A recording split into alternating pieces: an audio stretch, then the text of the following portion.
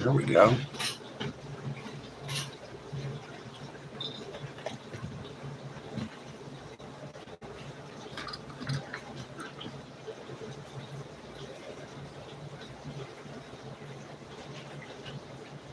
Look at that. I'm so white. I look like a ghost.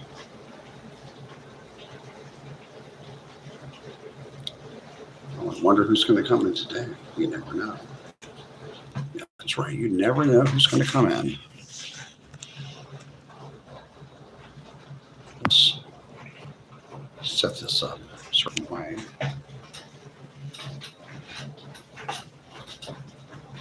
Definitely got to go lighter on the hair. Hi, welcome into Hollywoodland.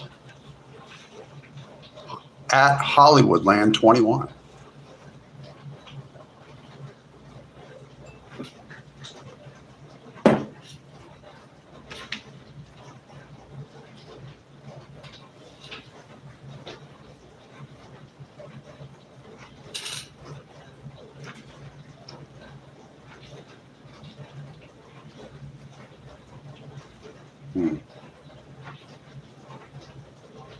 It rained all yesterday.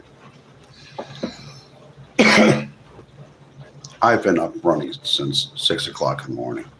Please excuse me, but I have a life. I'm busy. Let's see. How is everything going for you today, Lisa Kerr? 6392. Fine. So far, Patricia Morgan said hi. Soft Whispers, thank you. I come by whenever I have a chance. Hope you're well. I'm doing as well as I can. Randall, that's my name. Actually, it has 2 L's in it, but it can be spelled either way. Yes.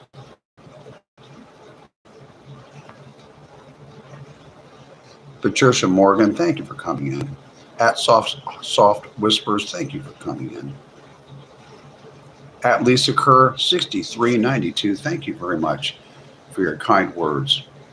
And thank you for, yeah, I read everything that you send me into. I really do appreciate that.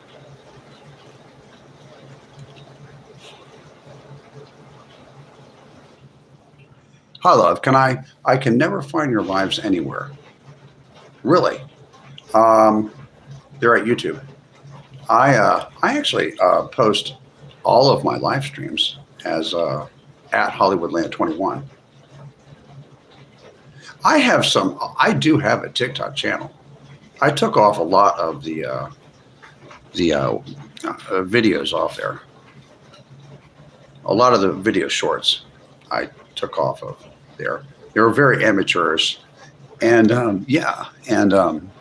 there's a few things up there. I basically just use the TikTok channel that I live streamed on for about 10 months up until like October of last year. And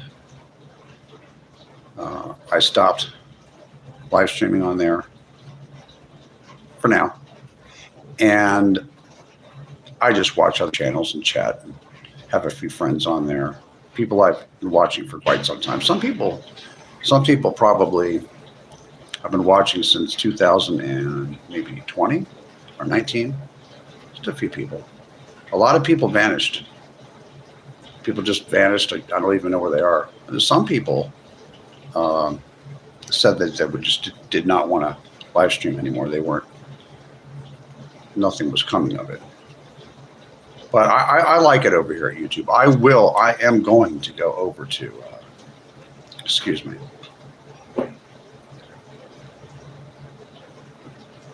I need this hot tea. I really do.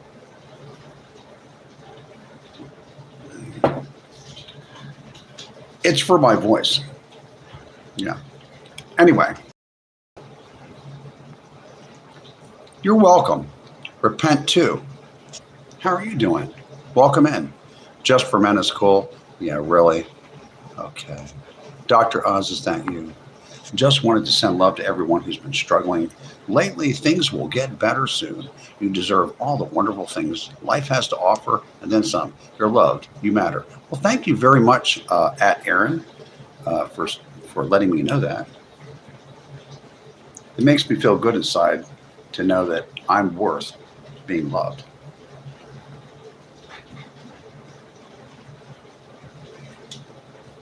You know, I live one day at a time. I really do. People are interesting. I'm trying at my age. I'm over 45 years old, and I somewhere around my early 40s or something like that. I really stopped caring what people think about me, to be honest with you. Um, the culture's changed in the United States a little bit. Ever since around, I noticed it around 2015, 16. And I thought it was just a blip on the radar. I thought it was just around Hollywood, right? Because I was living in North Hollywood, California at the time, and which is in the San Fernando Valley. And I thought, well, maybe this is a transient area. A lot of people come from out of other states and stuff. I thought maybe, I don't know, maybe people were just acting like dicks or jerks or whatever. But then it got worse every year. And then I found out I moved, like in 2023, I finally moved to a little town outside of Charlotte, North Carolina. And I discovered that there's something that's definitely changed in American culture. And it's not everyone. It's just a nice chunk of people. I mean, it's like maybe, I don't know, somewhere between 25% or a third of the people in this country. Mostly people under 45 years old. It's mostly people under 45 years old, but it's not entirely. I mean, there's some people that are young people that I get along with, you know. It's not about intelligence or anything. They're not like super selfish. There's some kind of a super selfish kind of a thing going on. Narcissistic type behavior. It's not always the correct word to use. A lot of egocentrism in the culture, and I started noticing it, how odd it was around 2015, and every year it got worse, all through the coronavirus debacle, and stuff. And it's not just out in California; it's everywhere. It's mostly, but not entirely, a certain age group of people, like late 20s through about early 40s. And it's not everyone. Some of the older millennials are kind of cool. It's not everyone. I've been around a little bit. I think that there's a lot of the reason, you know, you see these long faces.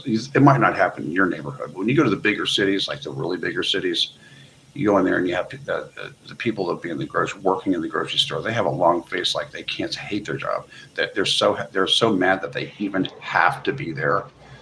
And I just don't remember feeling that way when I was 25 years old. When I was 25 years old, I was working in restaurants and bartending and social, and what else did I used to do? I worked in what else did I do?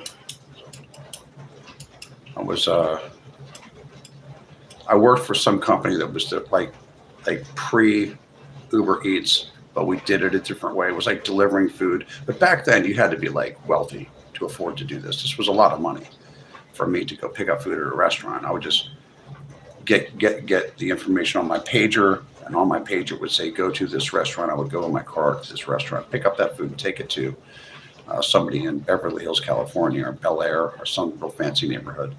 And that was before Uber Eats. This is way back in like the early 90s, things like that. That was like a part-time gig I did in addition to my full-time job at the time. But I don't remember, I remember being very happy, you know, like very happy that I had employment and I was earning money. I was like, wow, this is cool. I got lots of money in my pocket. I'm throwing money in the bank. I have nothing to spend it on.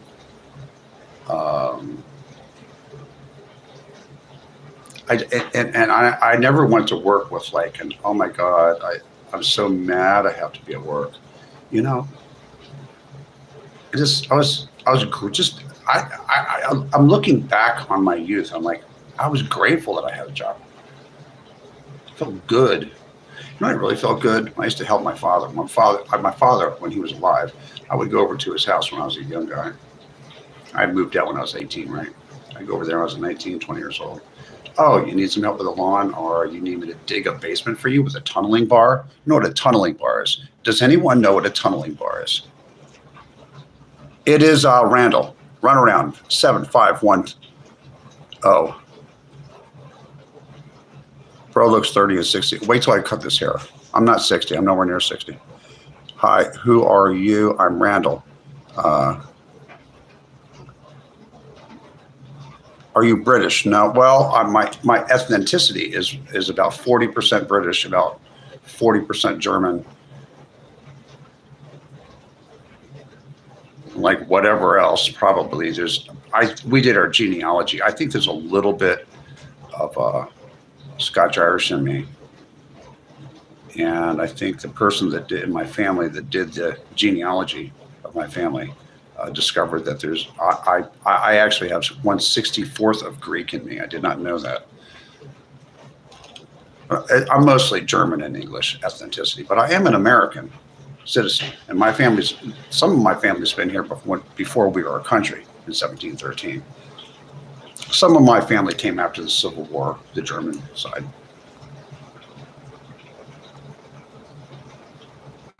Your pager only showed numbers. Why? We use payphones, rolls of quarters. We use walkie-talkies. We use Motorola's and stuff, and we delivered food for people would call in, order food. I'd get the message, go to this restaurant, go to Chesapeake something restaurant, or go to the Red Lobster, or go to some fancy restaurant or whatever, and pick up the order and take it to this address. And I would. And so most of the addresses I took the food to had gates, and I had to call the customer, get the gate code, go into the gate. They're in Bel Air, which is a place that's wealthier than Beverly Hills, and go in there and deliver the food. And you're not going to believe this, but some of the people I delivered to actually were older women. Well, at the time I was a young guy, but women in their 40s and stuff like that. They would give me their telephone number and stuff, and I would meet up with them at a later date. Those are the ones that I did not have to utilize those are the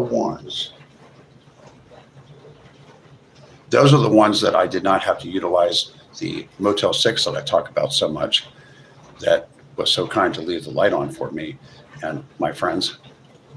That's plural.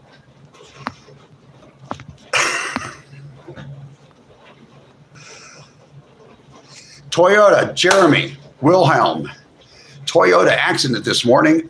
Antenna as one of the rookies. We trained and dropped the antenna 200 feet from the ground from the top of the observation tower deck on the tower and dropped it off the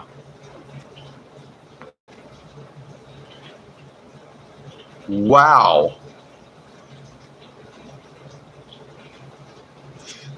I sent the message topic request twice. Distinguished gentlemen, fun fact, British actually means mixed ethnicity. And fully English people are actually German. You know what? You are right.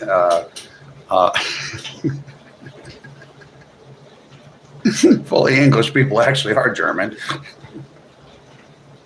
That idiot that was running Germany with a big mouth in World War II. Remember that guy? He was a Catholic, by the way. Remember, Mustache Man was a Catholic. He's like trying to take over the whole world, right? He's fighting he's having a war with the whole world, right? And he's fighting against American soldiers and British soldiers that really ethnically have their roots in being Germanic. So he's fighting his own people. It's insane. And then he goes into Russia, tries to take that place over, and the Russians, they would take wool and get oversized boots and put wool in there inside their boots to keep their feet warm, and they just stayed there in Stalingrad, drinking vodka and just waiting for these guys to freeze to death outside of town. They didn't have suburbs back then. They were right outside of town. They froze in their Panzer tanks. Or they would, I'm not going to tell what else they used to do with dogs. They used to do things with dogs to get rid of Nazis that were unbelievable. Well, what a guy who's was an actual seriously egocentric person. And an autocrat. And a person that thought he was like a demigod or something like that. What, are you kidding me? You're going to do a land invasion of Russia? It's not going to work, dude. You're going to screw everything up. He was too stupid. He was too much ego. You need ego. But if you have too much ego, what happens is you end up, I don't know, having the Russians get to you first. That was the worst thing that could ever happen to those mustache man and his friends. The worst thing that could ever happen is the Russians actually got to Berlin first. You know, my grandfather's younger brother actually shook hands with Russian soldiers in Prague. A lot of people don't tell you that. It's not in the history books, but he did with other officers. Yes. Okay, let's read all this. Randall Russell, Irish. I have some Irish. I have some Irish in me, maybe about 15%. Bill Russell. No, I miss that guy. He was a really good actor. Ray Liotta.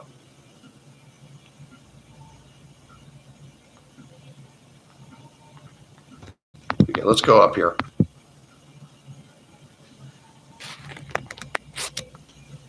Money and power do wonders at keeping you looking young. You know, Mustache Man was jacked up on speed, right?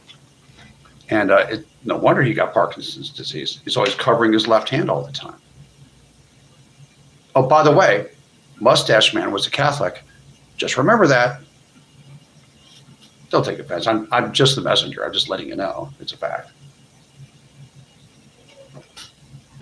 I heard it was a vegetarian too. You know what happens when you don't eat meat? It's your meat. You need the fat from the meat to go up to your brain because your brain's mad at cholesterol.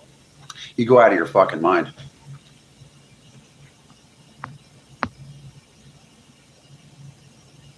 You think that Putin is 10 times the man Trump is? I don't think so.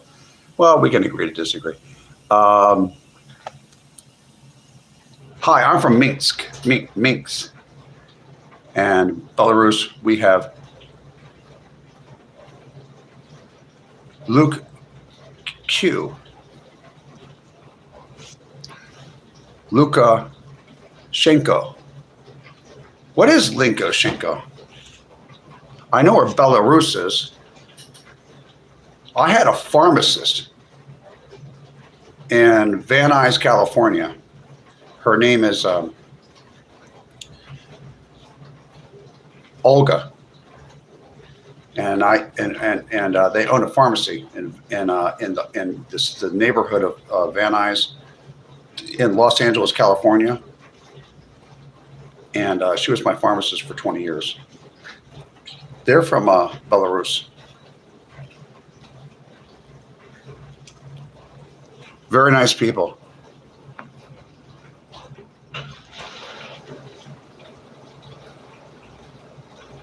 You think Putin is, but why does he not age? Look deeper. I don't know. Maybe he's a billionaire and has all kinds of stuff being pumped into his body. It's possible. It's totally possible. Hence mad cow disease. My name is Luca. I live on the second floor. You're funny. See you later. Said hi. Who else is in here? That's my opinion. He started new wars, participated, and perfect. Okay, you can have your opinion. That's okay.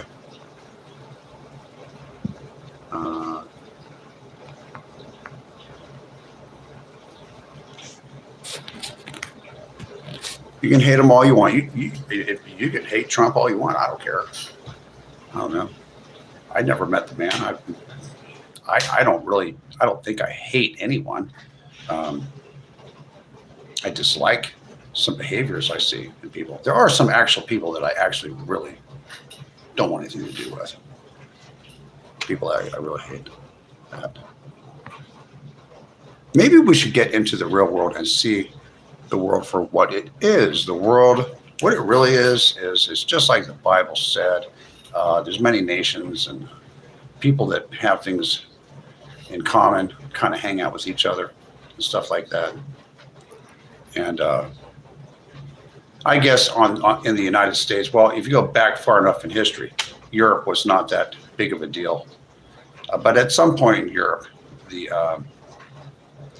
Europeans, not just the Northern Europeans, but all Europeans, and the Southern Europeans, Western Europeans, and Great Britain and all stuff like that, England, started sailing around the world and spreading their culture.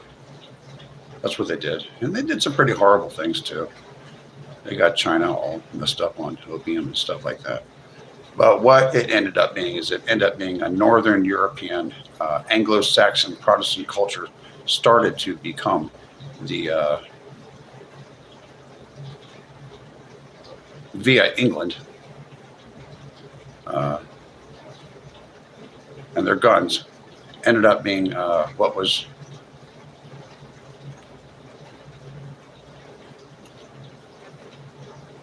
the culture that was dominant on the planet, and it still is to this day.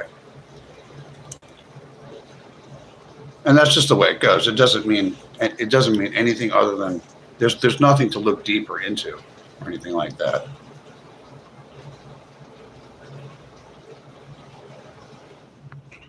Yeah, I remember that song.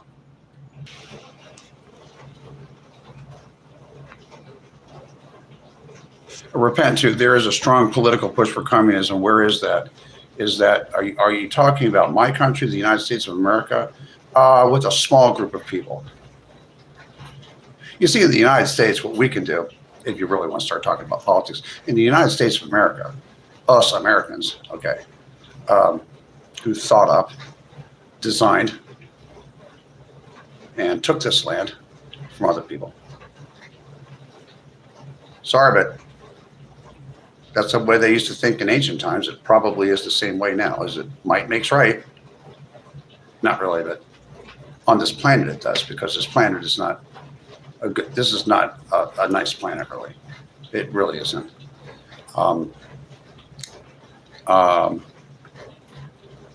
That's just the way it is.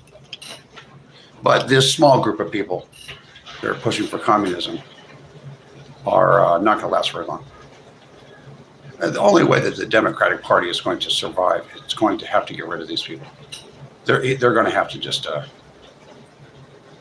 they're going to have to reinvent themselves, because the vast majority of Americans don't want anything to do with communism at all. It doesn't work. It's never been communism has never been realized. Only socialism, and it's not going to work. And it doesn't matter even if it did work. People like me and my friends are going to make sure that it doesn't work. And one of the things in the United States of America, if you're not from the United States of America, or maybe you don't know this about the United States of America, if you're a citizen here, is that us American citizens have the right to rip up the Constitution, the Bill of Rights, and everything else, and throw it in the garbage can and burn it and start all over again and create a completely new government. We have the legal right to do it. We also have the firepower to do it. I mean, I'm not one of those people. I don't want that to happen. I kind of like the United States Constitution the way it is. I think there's a misinterpretation of parts of the 14th Amendment. Okay? You can't just because you're born at a certain longitude, latitude, doesn't mean you're an American citizen at all. And we have a very serious problem with our Supreme Court. It's a very serious problem. It can affect every man, woman, and child here. We got some bozos on there. And some of the district courts have some really wackadoodle people on them. Okay. But that's enough about politics today. If you want to talk anything more about that, there's other channels you can watch, and you could talk all about Iran with your significant other while you watch CNN or Fox News. Okay. Okay. Thank you. No. And when you slander somebody and you do something, it's called when you slander people and you say things like, well, that person's a liar, this person's a liar stuff. You start slandering people's character like that, you get blocked and you never come back. 4 things not allowed on my channel. 1, no anti-Semitism is allowed on my channel. Number 2, no talking about racially bigoted things or themes. Number 3, do not talk about nasty things about women and children. Do not talk about that or you're blocked forever. And number 4, do not lie about anyone. Do not do any character assassination, or I don't care how long I've known you, I will block you forever because I don't need you here. You need to go to another channel. People have been dumbed down. We have the right to have our say and move mountains amongst these demons who call themselves in power. Let me tell you something. There are so many firearms in the United States that even if some type of a crazy autocrat took over the United States of America, which is never going to happen, but if it did happen, it's not going to happen in your lifetime, but if it ever did happen, do you really think that the sheriffs of each individual county, and there's thousands and thousands of counties in the United States, the sheriffs of these counties are going to go door to door and collect firearms? Of course they're not. You know, about maybe 12, anywhere, depending on the year, somewhere in between 12 and 15% of the civilian population has military training, either in this country or the country they came from. And we got all these hunters, and there's like 3 or 4 guns per person in the United States. The sheriffs aren't going to go around and collect all the guns. It's never going to happen. So no crazy guy's going to take over this country. It's just not going to happen. It's not even anything I would even waste my time thinking about.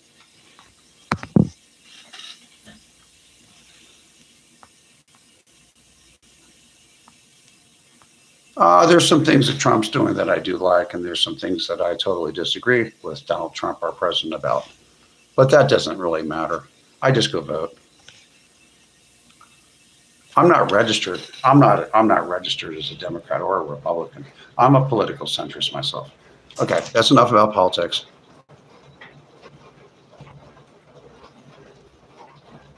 Yeah, it's Jason Stillwell, 3243. I do not understand where all of the anti-Semitism came from. I fully understand it. I think it came from the universities. I think there was a lot of younger people that were taught these things because it wasn't around before. Nobody acted like that.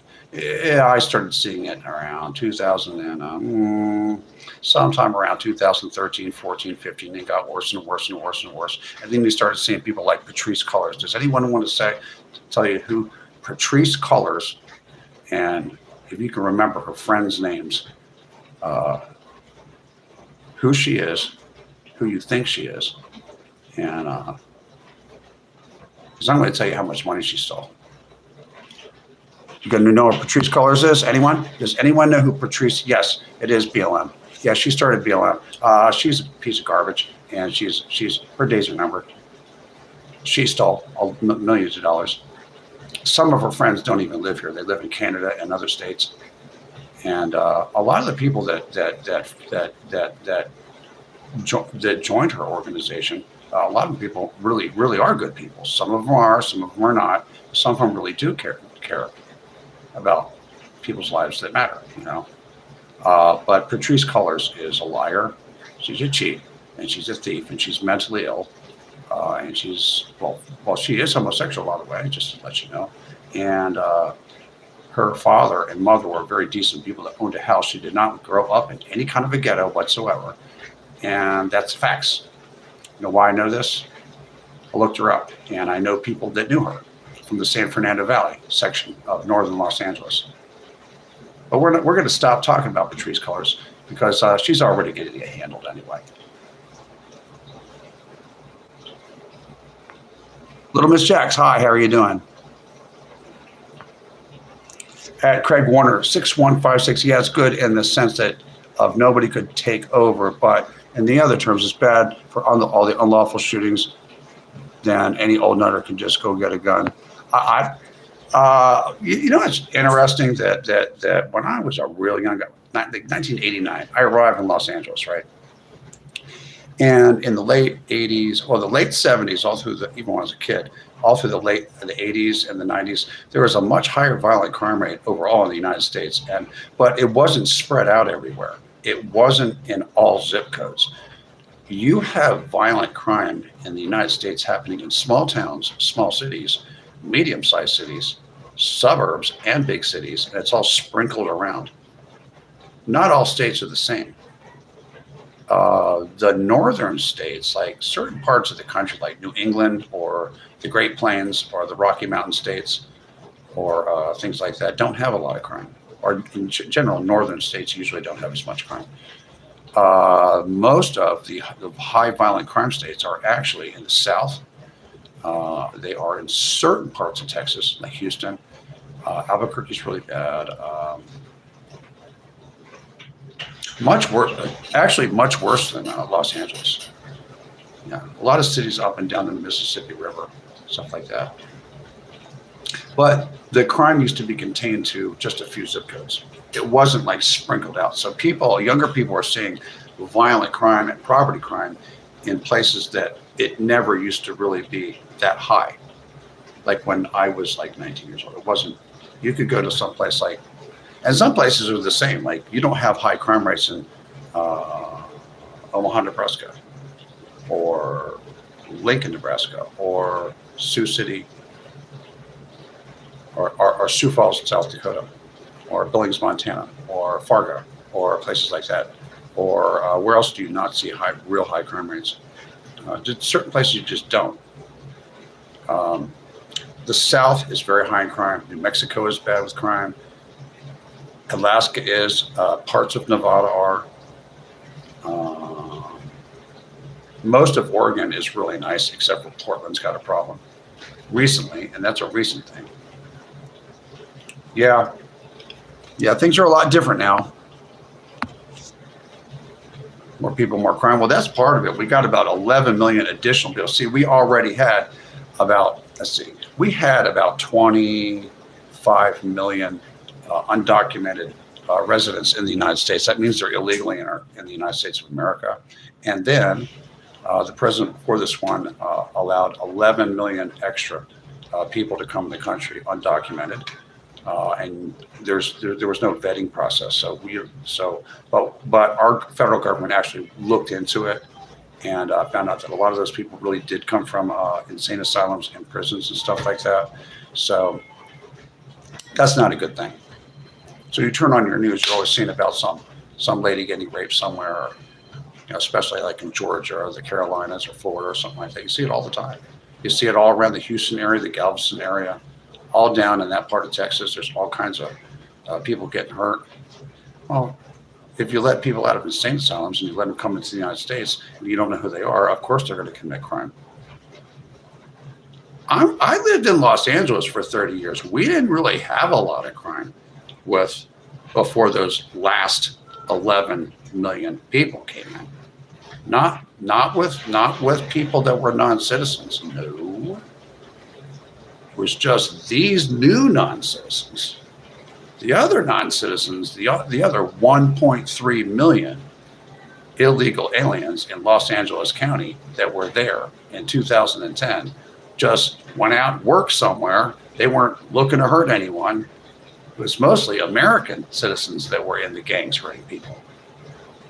I know, I lived there. This new batch that came in, this is not funny.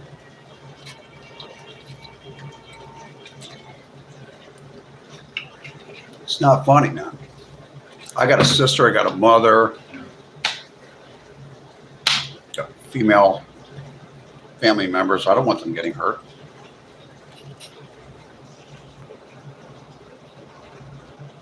No, actually, I avoided that American Suite 1992. I did it wasn't always like that. It didn't get that way When I was living, I don't know if you know where the northern part of Los Angeles is, the San Fernando Valley. I lived there, and before that, I lived in Hollywood. Okay, this is like 30 years of this. It was clean. It was nice. Everything started getting like dirty, and you started seeing people that did not have a place to live, that were usually young people living in abandoned cars and tents that were using dangerous controlled substances.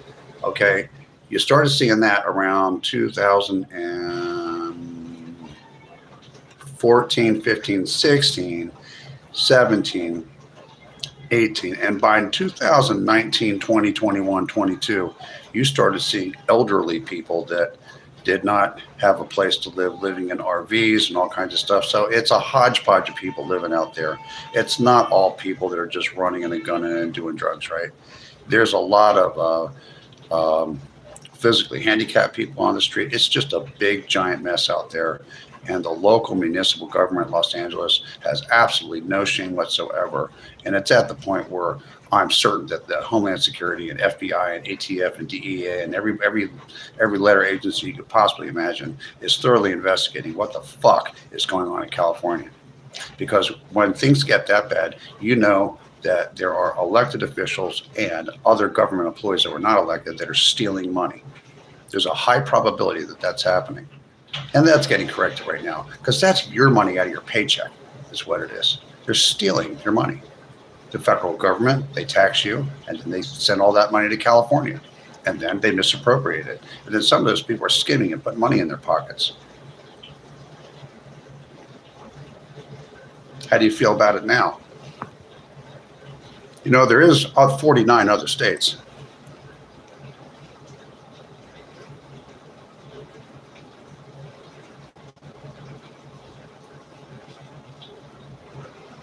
Some of them do, not all presidents. Well, you know, you got to understand the United States, when it formed, the men, it was men back then. The men that, you know, come up with the Bill of Rights and the Constitution, all this stuff, and the Declaration of Independence. When this country was formed, it was formed by, at that time, were considered socially liberal people. Classic liberalism. You have a right to a fair trial. You have a right to be judged by your peers in the courtroom. You have a right to make your phone call. They didn't have phones back then, but you could say hello. The government had to let your family members know that you were incarcerated and all this other stuff. All these were like new, very liberal ideas back then. So classic liberalism was very much a part of the creation of the United States.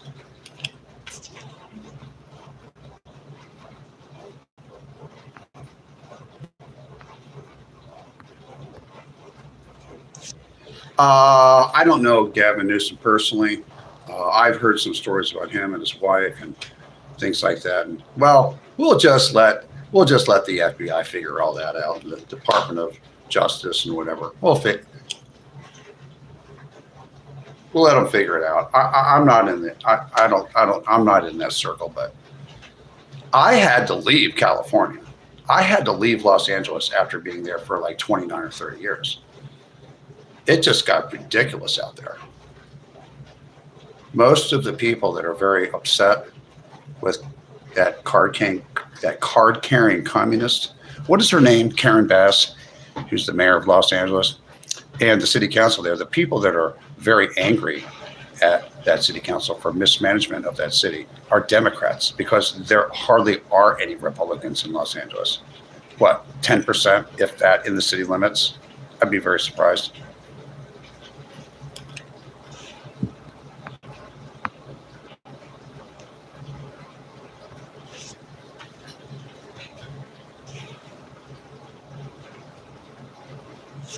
Be serious with my chat, please. This is a good, friendly channel, civil chat. Okay. You know, some people are not serious. I don't even know if I have I have no idea if I have a moderator in here. Somebody started this, came in here and started talking about politics, and it's been on that for a while.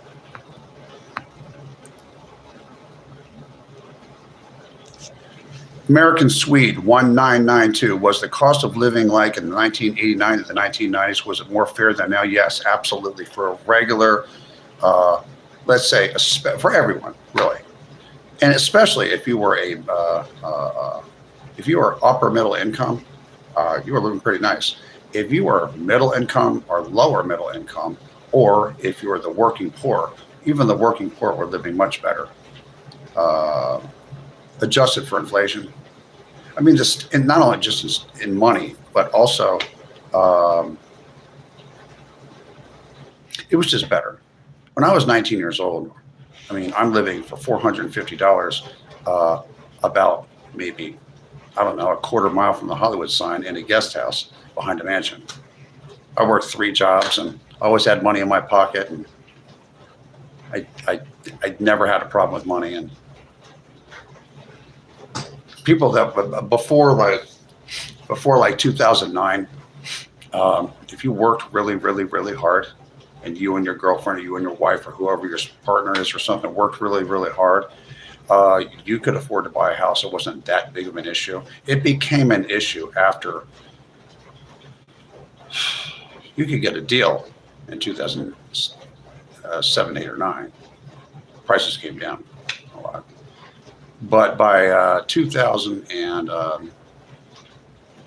I'd say 2014 until now, it just got worse and worse. I can't even blame a young person for living with their parents. If you're under the age of 30 and you're just trying to survive, just help your mother out. Give her some money. You know what I mean? Just work all the time. Just don't play video games all day.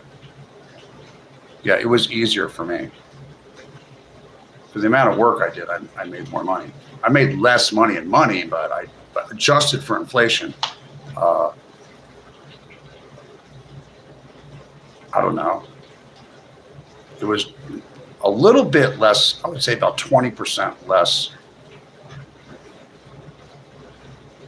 for an apartment adjusted for inflation than it is now.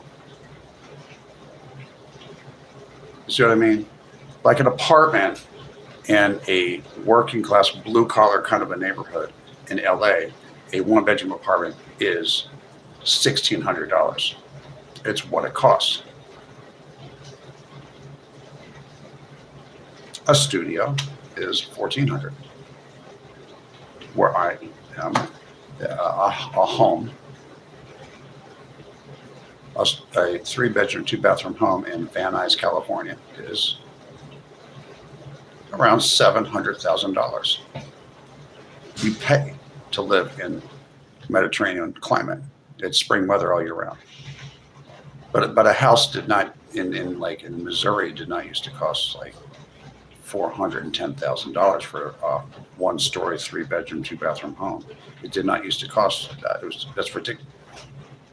It's ridiculous. As a matter of fact, it costs a lot less there. I just found out because I'm on my way to Kansas City. I'm seeing small houses for like $200,000 and stuff like that. And I like that. I like that. Things have changed a lot.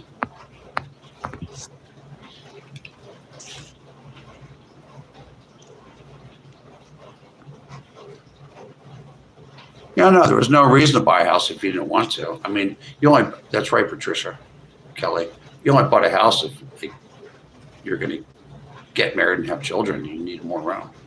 Why buy a house? Just throw your money in the bank. Just work, and just make a lot of money and put your money in the bank. Go invest it. I don't know, buy stocks or commodities or whatever you want to do. U.S. savings bonds.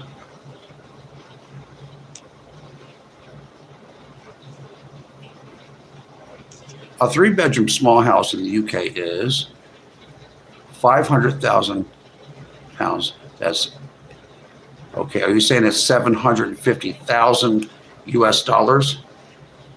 Is that how much it costs? And what are you talking about? Birmingham? It can't be London. There's more money around there. 750,000 US dollars. That is about what it costs to live in a decent neighborhood in Los Angeles, California. Ouch. Oxford. Okay.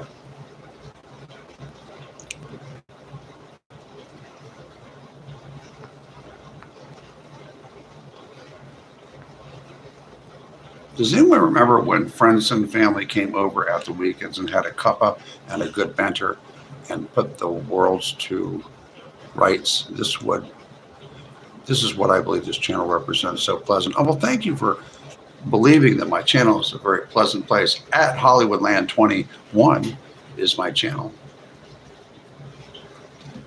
Please subscribe. I really do need to get to 10,000 subscribers by September the 1st of 2026. Yeah, I didn't want to get off on politics that much today, but I guess I did. Oh, well, wasn't going to get into it. Screw that. Military pays me well to stay home and play nice, but not enough for a $700,000 home. That's just a regular ass house. That's a house that was built in the 1950s, like right after or the late 40s or the 50s, like right after the Second World War, that someone like my grandparents like would live in. Just a regular ass house, one-story house in Van Nuys, California. It's not all that great of a neighborhood. Or Versita. That's where like middle income people live, in the middle of northern Los Angeles. And they got all these little one-story houses and stuff. Yeah, it costs that much. I mean, if you want to go down to like the hood, like in South Central, you probably get a house for, I don't know. I see some houses down there for like $450,000. I'm like, it's ridiculous, dude. I'm in Charlotte, North Carolina area. I'm relocating very soon.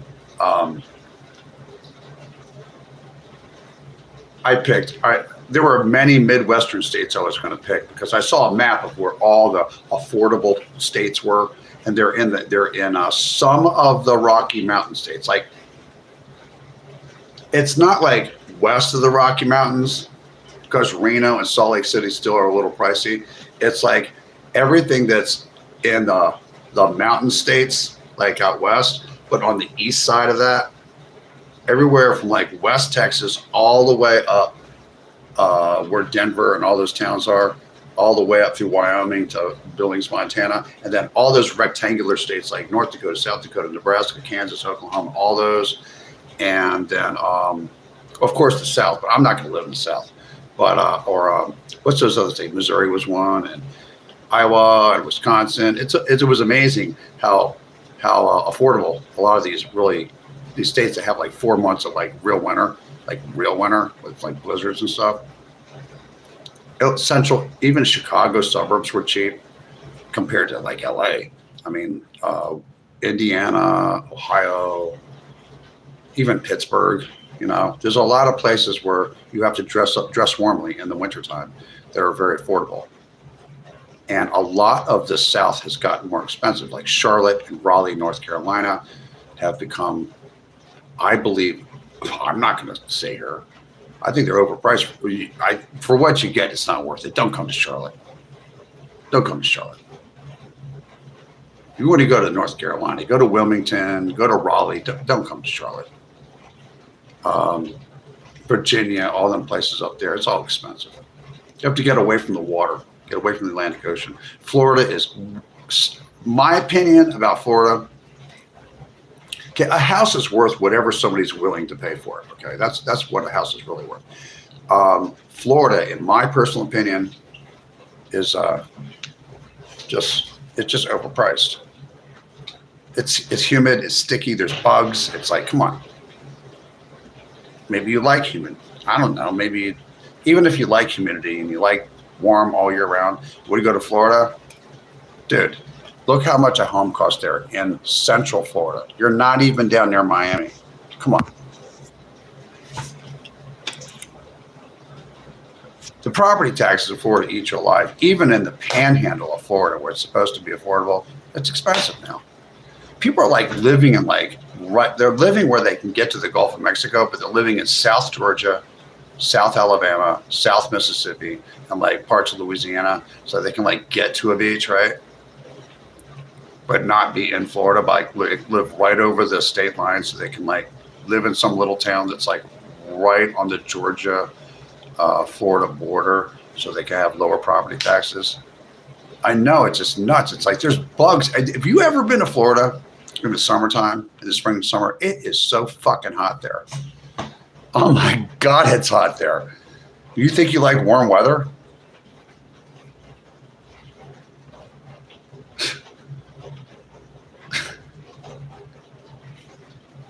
It's like breathing water, dude. Best damn mom. Hey, Hollywood, how you doing? Expensive for a reason. That's right. You're gelling with some comments tonight. Good night. See you tomorrow. Thank you for coming in. At Lisa Kerr, 6392 is one of my #1 supporters. And she knows that what I really need, because this is a non-monetized channel, is I need subscriptions. I think I have 2.18K subscriptions, and I'm not going to monetize this channel at all. I'm getting nothing from YouTube right now. This is just for fun. I'm not going to monetize until I get to 5,000. When I get to 5,000 subscribers, I'll monetize. I'll hit the green light, and then I'm going to put up all the Venmo and Cash App and PayPal information so that you can give me donations, and I'll make a nice little passive income here. Thursdays, Fridays, Saturdays, and Sundays, 6 p.m. until whenever. That's my schedule for at Hollywoodland21. That's at Hollywoodland21. Once again, at Hollywoodland21. Please subscribe. That's what I need you to do right now. Everybody that's watching right now, it's time to subscribe to at Hollywoodland21.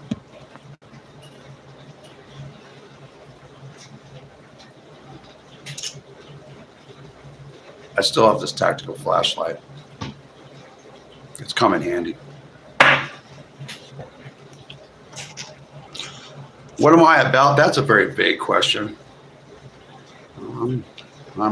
Sometimes I'm here and sometimes I'm there. Sometimes I'm roaming the earth back and forth, to and fro. Thank you for subscribing. Thank you all for subscribing to at Hollywoodland22. Oh, I'm sorry. That was my old one. At Hollywoodland21. My handle is at Hollywoodland21. My channel name is Hollywoodland22 on YouTube. My channel on TikTok is 2 words separated, Hollywoodland, with an orange H, with an orange uppercase H with a black background to it. So, you know, if you ever see me bouncing around, if you go on TikTok and you see an orange H with a black background, I think did they call that an avatar? I don't know what that's called. That's it's not a picture of me. It's just, that's what it is. You'll know it's me if you see an orange uppercase cursive H with a black background. It's on TikTok. That's Hollywoodland. I do not stream there anymore. I will in the future. Again, sometime when I deem it reasonable and proper.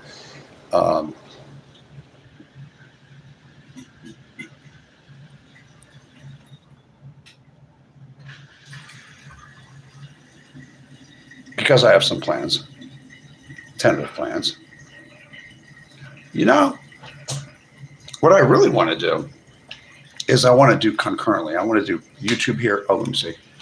Don't do TikTok. I know. I got upset with TikTok, like after streaming for Best Damn Mom at Best Damn Mom. I got upset with streaming on TikTok because all I heard when I would turn my television set on, which I rarely do, I hear some congressman talking about how he wants to ban TikTok. All this talk about banning TikTok. And I'm like, you know what? Forget this noise. I'm just going to go to YouTube or Kick. I was going to pick one. I picked YouTube. It's working for me. I'm just trying to build subscriptions right now, and then I'll hit the green light, and then boom, we'll take off like a rocket ship. I'm not making money right now. I don't need your money, actually. I give cash apps to people, like people that have channels that I really like and stuff like that, or people I consider a friend.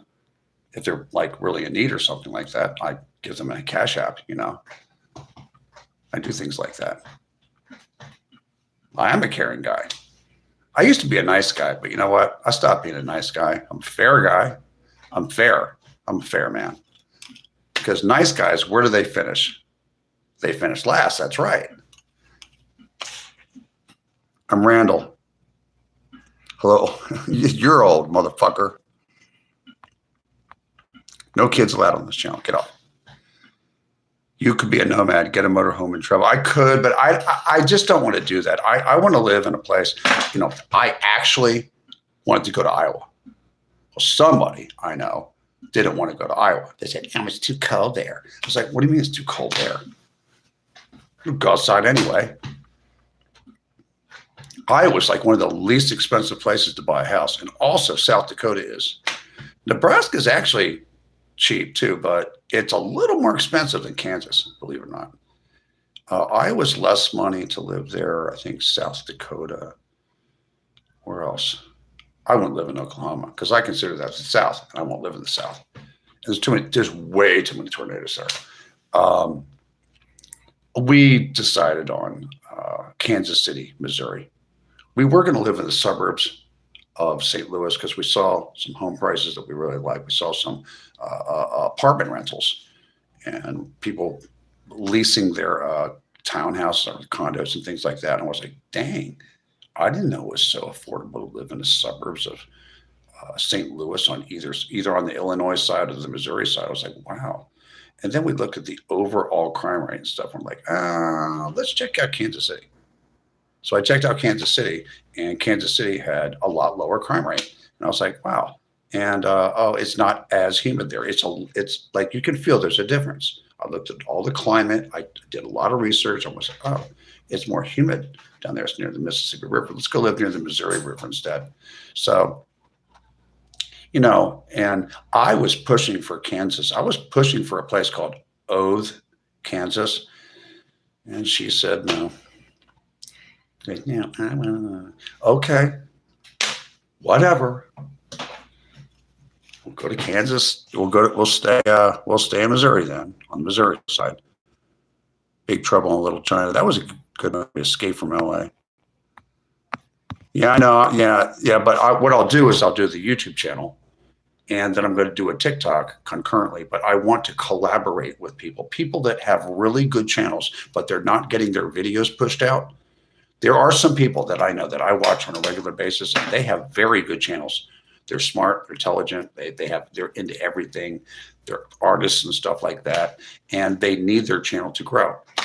I think some of it's technical, but they have all the equipment to have a huge channel. There's 3 people I know that have small channels.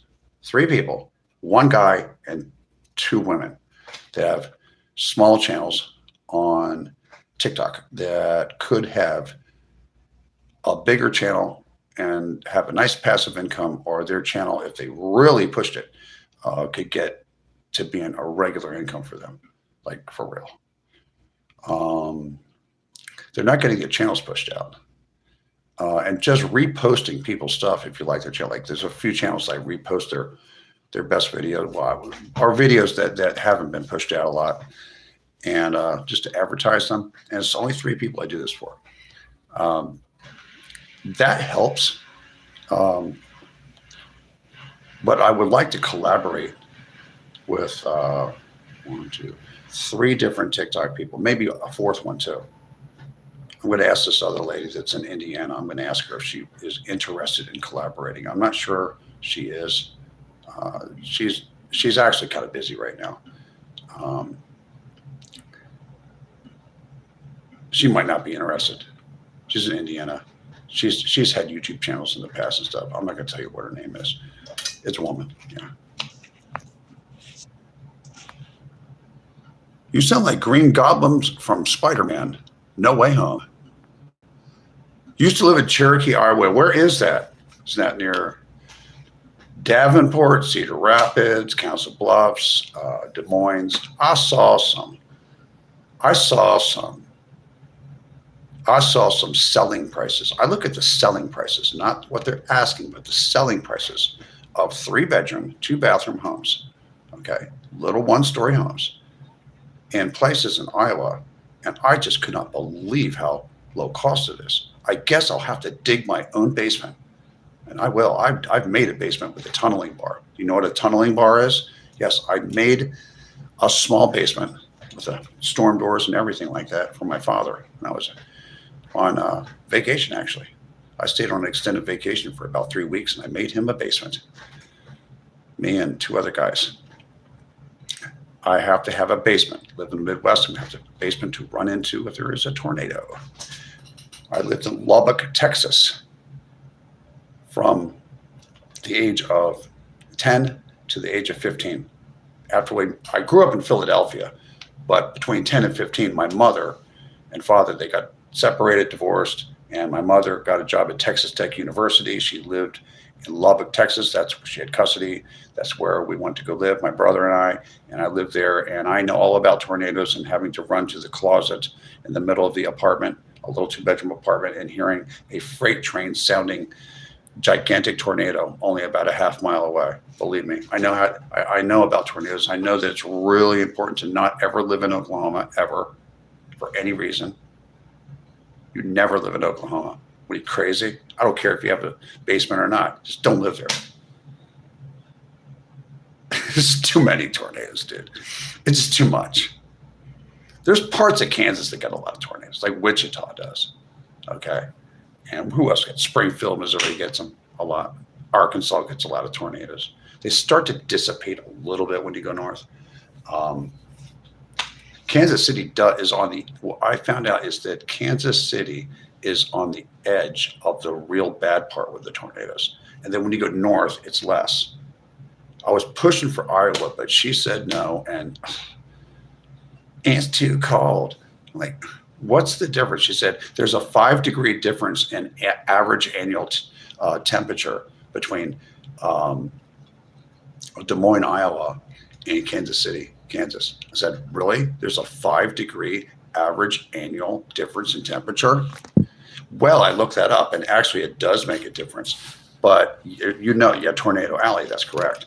And I lived in it for 5 years. I know about having to turn those things and open up the windows in the classrooms when I was a child. And we had to run into the hallway and put our hands like this and crouch down against the wall inside the hallways for tornado drills we had to do. And actually for a real tornado one time when I was in elementary school. I think once when I was in like junior high school. Yeah, so I know how to deal with them. And if I have to live in Tornado Alley to get the price I want, the cost of living, I even found out that the cost of groceries is 13 or 14% less in Kansas City, Missouri than it is in the Charlotte, North Carolina metropolitan area. Oh, I love to research. I read all the time. I read about 3/4 of the World Book Encyclopedia between the ages of, between the ages of 9 and 15. I love to read. I love to do research. I look into places before I go. Never live in Oklahoma. I got relatives that live in Tulsa. I got relatives that live in Miami, Oklahoma. I got cousins that live in, they're mostly around Lincoln, Dodge City, Kansas, and I got some cousins on my mom's side that live in Lincoln, Nebraska. Yeah, I heard something's going on in Colorado. Man, I screwed up, dude. Okay. Dave Lee 8571. This is what happens. Okay.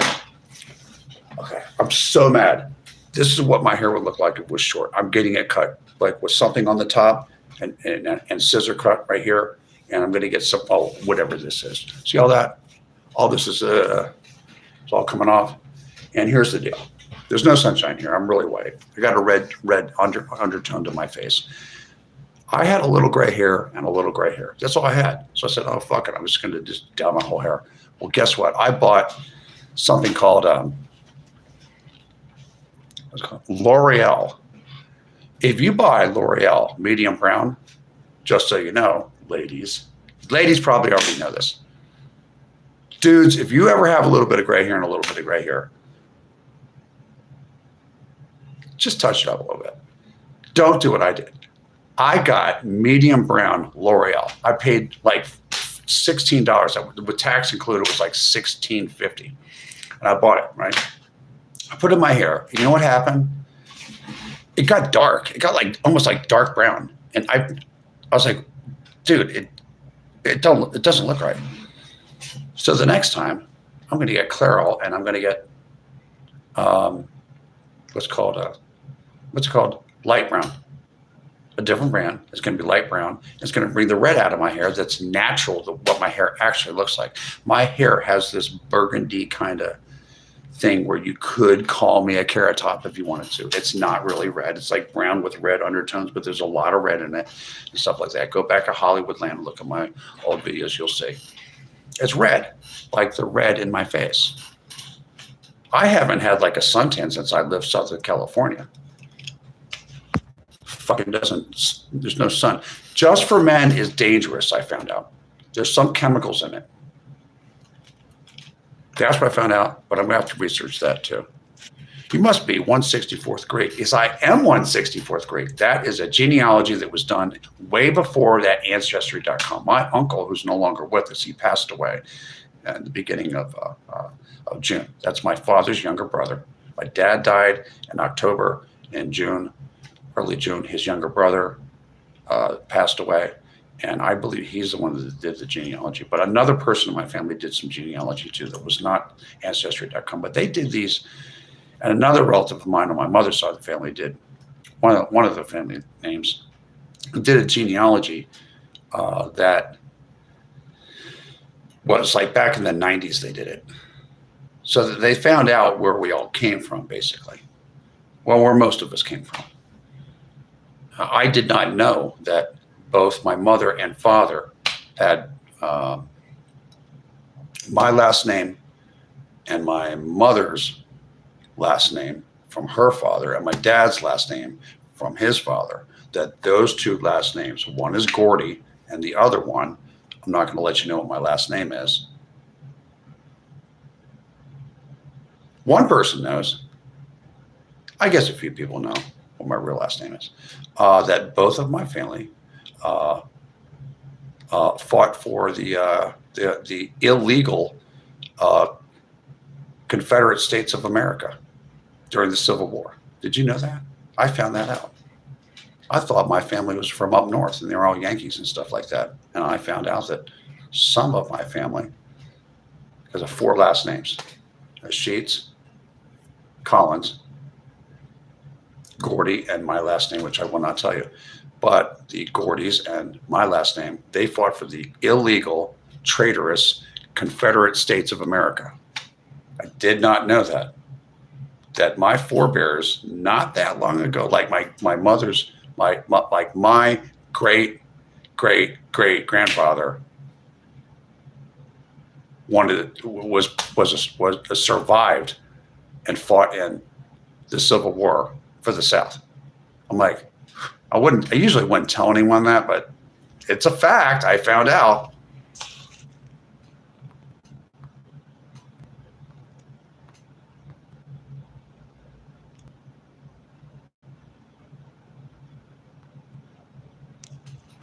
No, I don't. The foundation of living for me has nothing to do with mass media. Has nothing to do with YouTube, your job, or watching movies. I can't do this all the time. I don't make any money. Mocha Frap, 626, watching from California, USA. I lived in the San Fernando Valley for 30 years. Well, for 22 years and 8 years in Hollywood over the hill. At Mocha Frap, 626.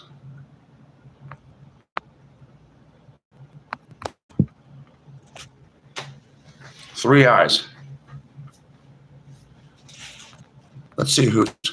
Has anyone got to talk garbage about me because my great grandfather decided that he wanted to fight for the South. Are people going to dump on me about that? No, no, at Cherry 8937. No, I am not gay. I'm very straight. I like women with curves and bodacious tatas. They work for me. They've always worked for me. And I'm very happy. I was very grateful that when I was 19 years old, I had an opportunity to sell ladies' shoes on commission and ladies' handbags in a mall. Yes, in a mall in Los Angeles. And also, I also worked doing that kind of work in Philadelphia too. And what I would do is I would get a lot of telephone numbers that way. And I'm very grateful that that Motel 6 always left the light on for myself and friends, plural.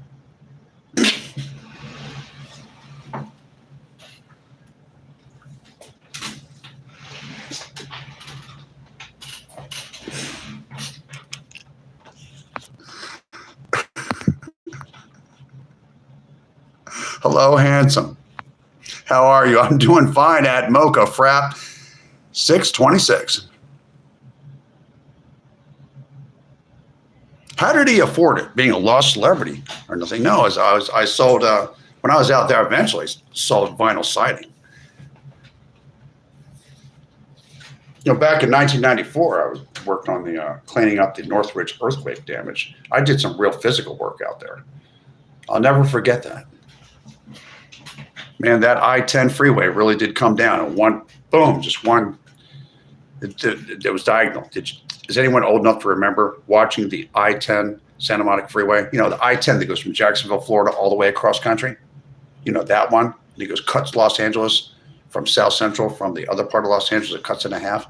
Yeah, that freeway dropped at La Cienega Boulevard. And we had to jackhammer it all up and put it into little bags. We had to put it into big, giant green dumpsters and have it hauled away. And it took forever to do that. Yeah, they worked us 14 hours a day. Yes, they did. That was interesting, being in an earthquake for the first time in my life, especially a 6.8 magnitude one that was in Reseda. I was in Hollywood at the time. I was in a 1920 a building that was an Art Deco apartment complex that was built in 1927, and it was going like this. A lot of people made money off that earthquake. They make me look not straight. Really? Think so? Well, you know, I eat pussy for a living. I've been doing it for a while, and I enjoy it a lot. So do my lady friends.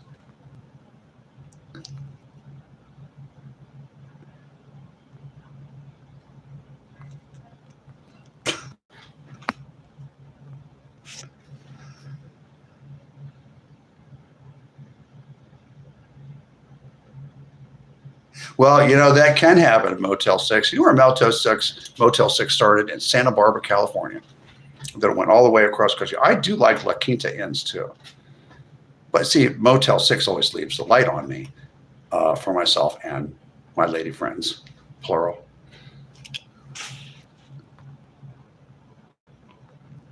I know, but I'm not Kurt Russell, so I don't know what kissing Goldie is like. I'm not sure, but I think somebody told me that maybe she's not from there. I have a mother that is from Tacoma Park, Maryland. I think that she told me that Goldie Hawn was that grew up in Tacoma Park, Maryland, but it might have been somebody else. I'm not really sure. I'd have to look into that. I know she's a really good actress. No, I know a lot of actors, though. Oh, you mean television actors and things like that? I met them in the Alcoholics Anonymous meetings. Oh, by the way, tomorrow is the 8th of August. Tomorrow, I have 19 years of clean time off of weed, coke, and alcohol. That'll be 19 years. I don't need an attaboy. I'm just glad to be alive. I met a lot of people that work as behind the scenes, putting television shows together, and union guys. And I've met quite a few television and film actors. but I don't drop any names. So a lot of those, a few of those people, I'm using about 4 or 5 of them, and many other guys that work behind the scenes in that industry. I was a salesman. I did not work in the entertainment industry at any facet. A lot of those guys helped me when I was first getting off of trying to stay sober and everything. And they were really good to me. They spent time with me because I was an extra hard case. I like to party a lot, you know. But after I got out of the rehab facility that I put myself in, they helped me a lot. They helped take me through the 12 steps of Alcoholics Anonymous. And I actually did the NA book too, the Narcotics Anonymous. I did those meetings too. I used to lead meetings and stuff like that. I had some sponsors that were really, that had, it's hard to find a sponsor in Narcotics Anonymous that has more than 5 years of clean time, but I had some people help me out there too. I was a real mess. I was a real mess when it came time for me to get clean. I do not judge anyone that uses street drugs or anything. I mean, how can I judge it? I mean, come on. But I would recommend that you stop if you're on them. How did I get clean? I went to AA meetings. I white knuckled it. I just did it myself until about 6.5 months into getting clean. I started getting cravings, and then I opened up the Bible to John 3:16, and I prayed to Jesus Christ, and I said, Jesus, please take the cravings to use rugs and alcohol and weed away from me. And he took them away just like that. And I haven't had a craving since. I stopped smoking cigarettes 5 years ago. It'll be about 5 years and 4 months ago. So my lungs are all working right now. But I had to get on my hands and knees and ask Jesus for help to stop the cravings. The cravings were so strong. I mean, I had the devil coming after me like you wouldn't believe. He's still coming after me. Yeah. But I got Jesus to protect me. Angels and stuff like that. Yeah.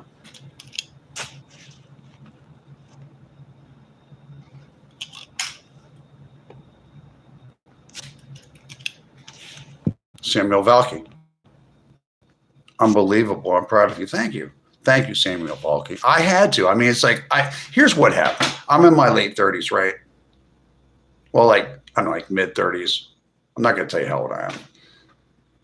I was over 35, but I wasn't 40. Okay. I made a decision like around 35-ish, 6, around there. I said, okay, I'm working hard. I'm playing hard, but I can feel that something's wrong. And I'm like, do I want to live or do I want to die? I decided to live. I'm going to give life a shot. So I stopped. And here I am, still alive. If I had continued to party that hard, I may not have been here. I mean, I don't know. Codeine is, I heard that stuff is really like hard to get off of. I was brave, but I couldn't do it myself without people helping me and Jesus taking away the cravings. There's no way. Okay, at J. Appel. Cherry Hill. Are you from Cherry Hill? Are you Jordan? Are you Jordan?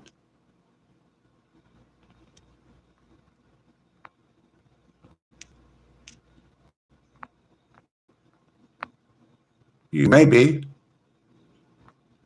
Yeah, I did live in Cherry Hill, New Jersey. Lived there for a while. You must know me. Let's find out who you are. I do know a lot of people from Cherry Hill, New Jersey. Oh, it is Jordan. Yo, what's up, dude? Finally. Somebody besides an ex-girlfriend that's secretly watching me. You live stream, dude, Jordan. If you live stream like this, check this out. You will. Eventually, what happens is that, like any ex that you had that got a problem with you, they may come on here and they might talk shit, or they might like spreading rumors about you or do whatever. It can happen. So far, it hasn't happened to me.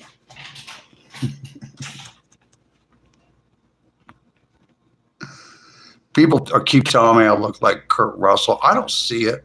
I don't see it. Yeah, I figured it was Jordan.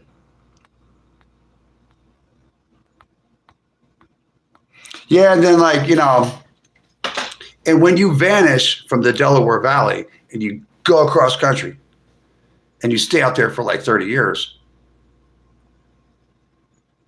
instead of getting on Facebook when it was invented and really keeping in touch with people that know me or they know my brother or they know my family, instead of keeping in touch with people on Facebook, I didn't. And I should have. I really should have. A few people I talked to. I talked to Jason. I talked to Jason Chambers a couple times. Talked to, who else did I talk to? My brother's friend, what's his name?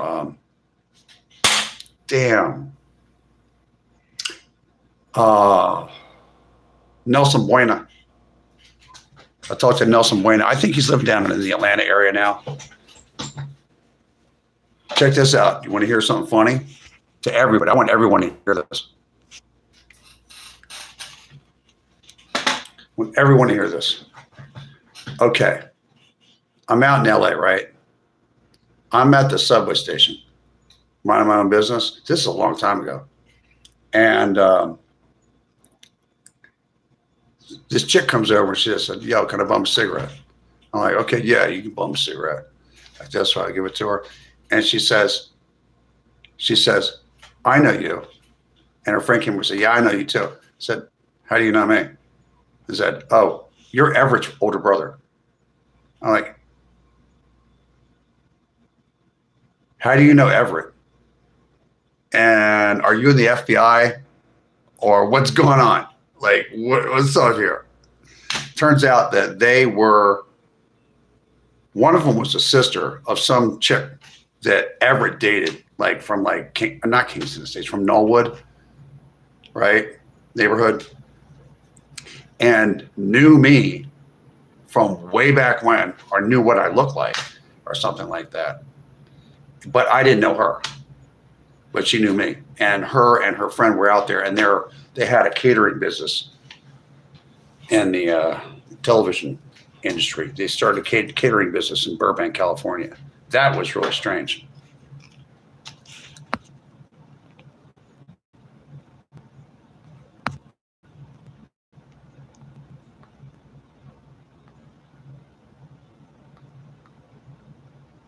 Oh, you're in the car business? Oh, you're still in Cherry Hill with 3 kids now? That's amazing. That's wonderful. In the car business, selling automobiles, sales manager or something like that? Oh, you just got on social. Oh, you just got on social media. Here's the thing. When you, some generation, they call us, what are they calling us? Like Generation X or something? Some of us, they're like, people have not really got on social media that much. They didn't really want to. But what I've discovered is that Generation X is actually, and some boomers, Generation X is running this social media thing. When it comes to live streaming, people somewhere in between, like their early 40s, like somewhere between 40 and I'd say early 60s, is a large percentage of the live streamers. And they're really good. They're really good. It's funny. It's funny.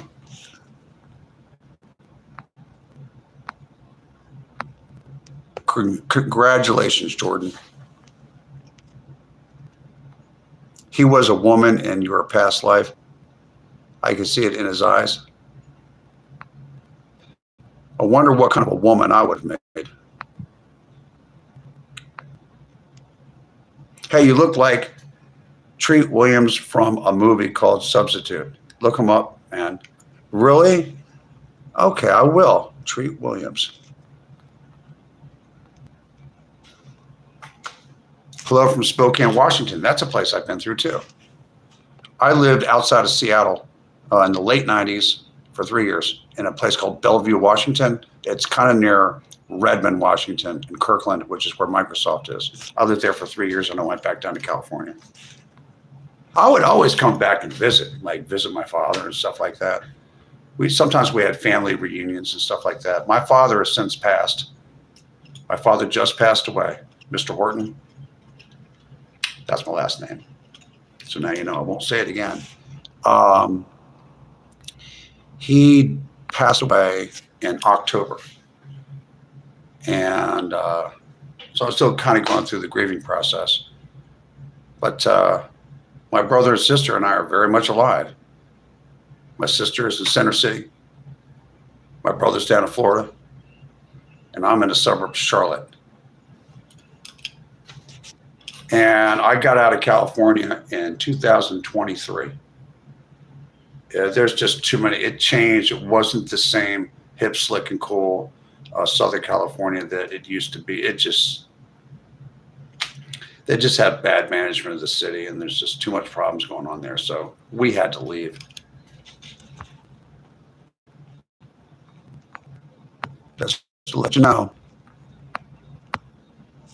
Hi from New Zealand. Hi, Adrienne Williams.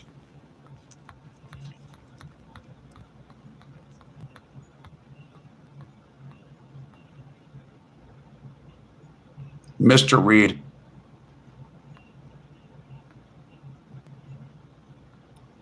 Well, I finally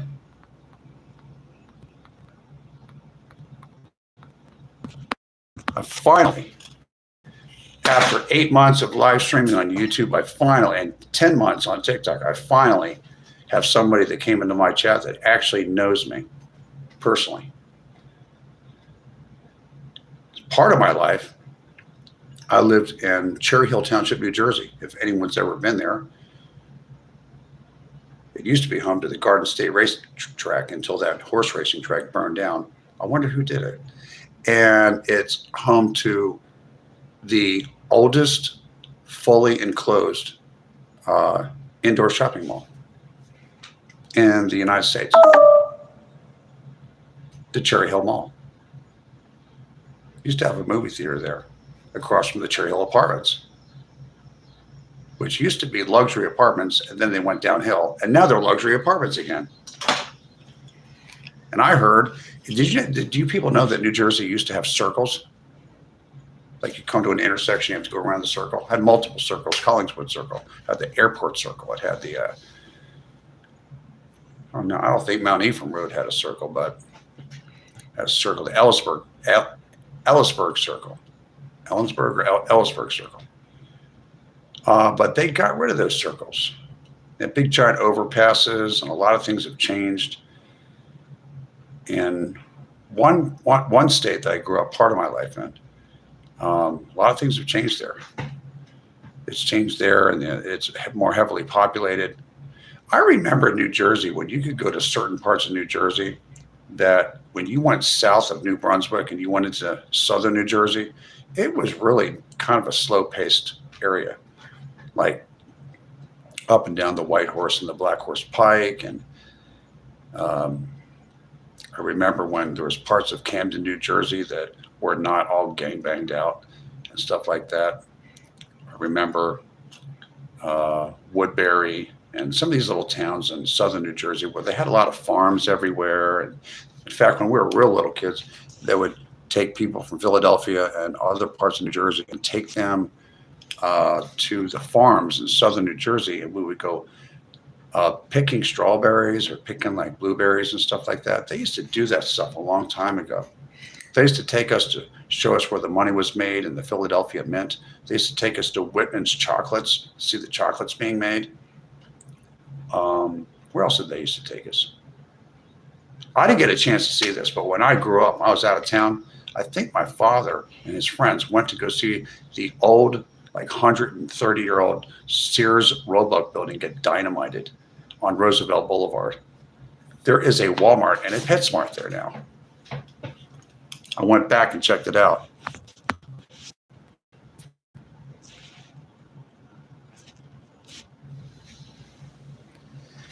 Yeah, there's roundabouts. Just not as much. Not in New Jersey, not in South Jersey where I used to live.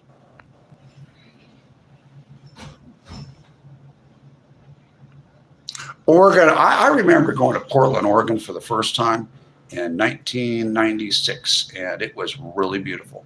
We went there during the Christmas time. I remember that.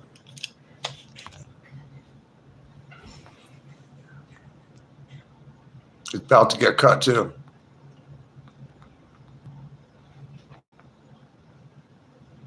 Yeah, it was too expensive here in California. Good thing you left. I had to. It just Los Angeles was getting ridiculous. It was a great place, you know. I worked, made money, and stuff like that. Then all of a sudden, there's like 100,000 people that are unhoused there. It's like, come on. Karen Bass is a card-carrying communist. She's really just, she has no shame whatsoever. And the guy before him, Eric Garcetti. He's around my age, and I don't know anybody that I grew up with. I lived in Philadelphia. I lived in Lubbock, Texas, in the panhandle of Texas. My brother did too, for 5 years. And then when I came back to the East Coast, I lived in Cherry Hill, New Jersey. And I don't remember anybody that I lived with or anybody I lived around or any of my friends or anyone I knew that was around my age, going to high school or going into college, that ever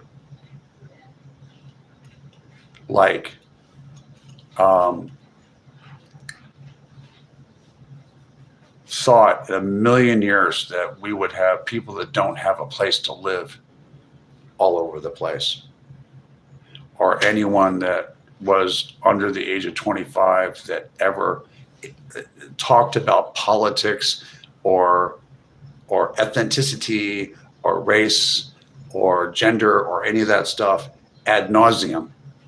I don't know anybody that talked about that stuff. I don't know if Jordan's still here, but oh God, it's bad. Oh, it's always been bad. It's just that they used to enforce the laws there. They stopped enforcing the laws somewhere around, I don't know, like 2000.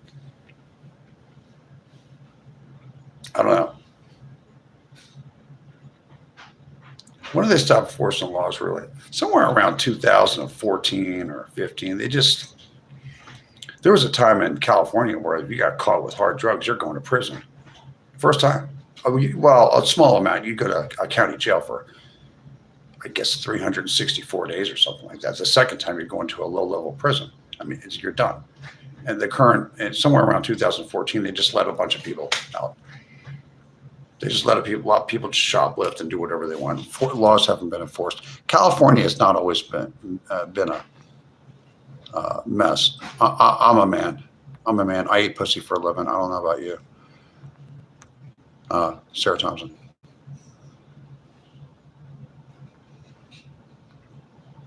Yeah, it's really that bad. It's really that bad. San Diego too. Yeah, the sickest stuff's coming from, well, you know, the funny thing about Hollywood is I actually know people that like grew up in the Hollywood neighborhood that I met when I was a really young guy when I went out there. I met people that just they own little stores around there and stuff like that.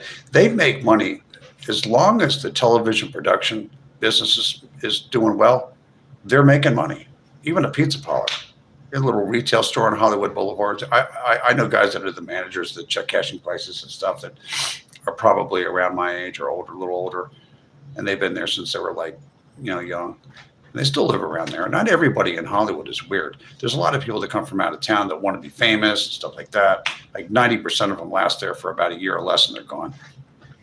You know, but there's some people that create some own luck for themselves and they end up on I don't know. Might end up being a movie actor or something. There's some people that do that stuff. What happened to L.A.? Eric Garcetti, Antonio Vigalosa, and then Eric Garcetti made it worse, and then Karen Bass.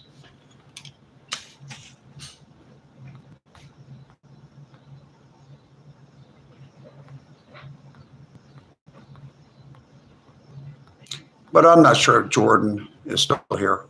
But Jordan remembers that in Cherry Hill, New Jersey, when we were single, between like 18 and 25 or whatever, or maybe a little older than that, we had our priorities straight. Just to work, make as much money as you can, and then what do? You go to the nightclubs on a quest for hot chicks. And you don't want to drink too much, because if you do, you'll say something stupid, and then you'll have some woman throw a martini in your face that you just bought for her. Some top tier woman, because you were drunk and you said the wrong thing. Now everybody's a professional victim. Not everybody, but a lot of people are. At Dog Day 66, you're near Cherry Hill too, right? I know Cherry Hill. I know Pennsauken. I know Camden. I know what it says at the top of the City Hall in Camden. It says, in Camden, New Jersey, at the top of City Hall, engraved all the way around, it says, in a dream, I saw a city invincible. Is anybody old enough to remember when Camden, New Jersey used to have Campbell's Soup off the factory there? When it had RCA Corporation there? I don't know if anyone's old enough to remember that.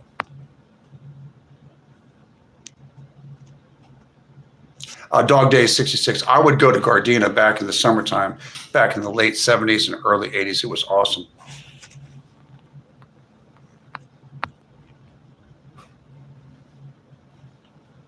You mean Gardena? You mean Gardena in Los Angeles County? I know where that is. You're near Cherry Hill now. Oh, Marlton. I know where Marlton is. It's Marlton is near Mount Laurel, and there used to be a diner way out there called Olga's Diner that's really good. I don't know if it's still there or underneath the same ownership. Or Route 38 and 73 come together. And it's not too far from Cherry Hill. And after that, you get into a town called, past that, if you go down a little bit, there's a town called West Berlin. There's a Berlin and a West Berlin, and then Turnersville's way out there. Marlton's a good town to live in. Marlton's an affordable place to live. And you know what? You go to the beach in the summertime. The Jersey Shore is actually kind of fun. It is. Or you go to Long Beach Island, or the young people, they all go down to Wildwood. That's way down there, down the Garden State Parkway. But you can go to Long Beach Island. You can go to Ocean City. That's like more of a family place. But the beaches in New Jersey are really nice in the summertime. It's like from Memorial Day all the way through I'd say maybe through the middle of September, maybe the third week of September. It'll start getting cold. I've been to the Whiskey Go-Go, yeah, at Lily Hills. Delighted. I kind of miss some things about Philadelphia and South Jersey, but especially Southern New Jersey. I really do miss some things about that. I do. I miss going down to the beach there and everything.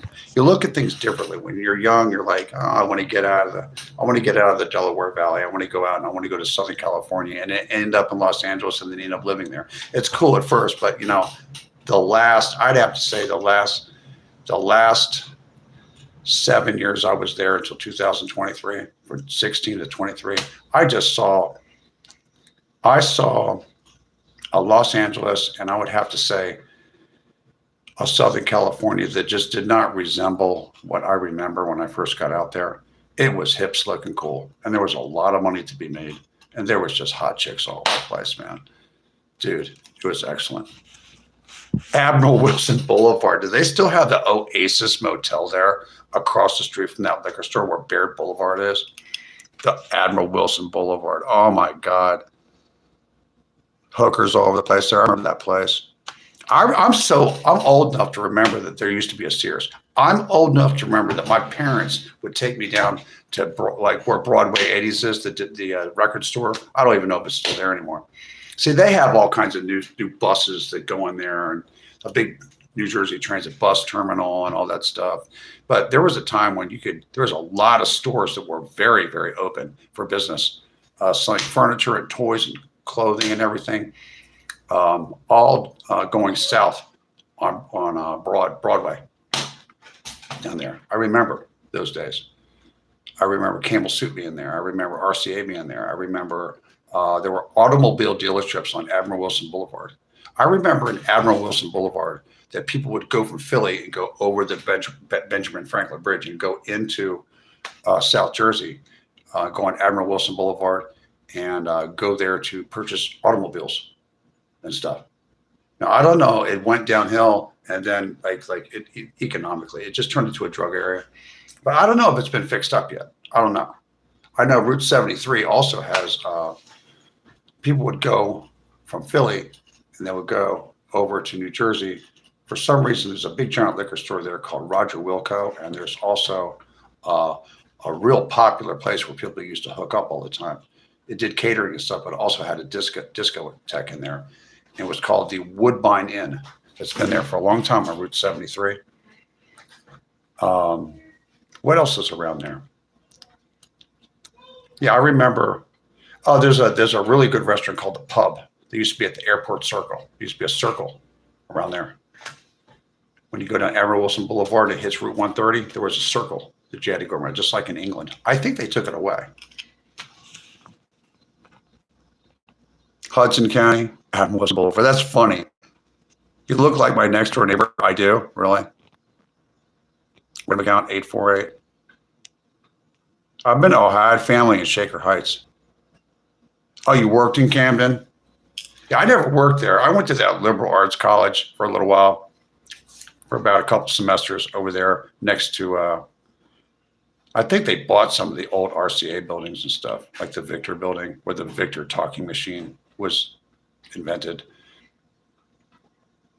I like the bus thing they put in there. They have like a New Jersey bus terminal thing and they put in there. And I've taken the Patco from Philly into Jersey so many times. Been all around there. I miss Cooper River Park. That's a nice park. At Sam Handley, one. Hilton is not a good guy. He is one of them. Why do you think they can't go after him? Chad Bianco would have been the best governor. He knows where all the crime is. Yeah. There's some people going out there. Oh, it's still there? Oh, okay. I'm learning from Dog Day 66 what's still there and what's not. I'm so old.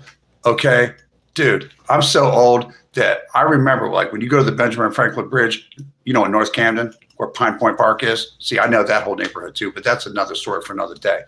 But I'm saying those high-rise apartments, it's mostly for seniors. Those high-rises right next to the Benjamin Franklin Bridge. There's a low-rise garden-style apartment complex that's down at the bottom. I remember when they were built. I remember when those apartments were built on Route 73. They used to be called Spring Hill Apartments. Then they're called Fox Meadows. And then they called them the Villages of Deerfield on Route 73. I remember when they had this convenience store a long, long time ago. It used to be called Cumberland Farms. But you know what you miss when you get away from Pennsylvania and you get away from New Jersey and stuff like that? You know what I really miss is Wawa delicatessens.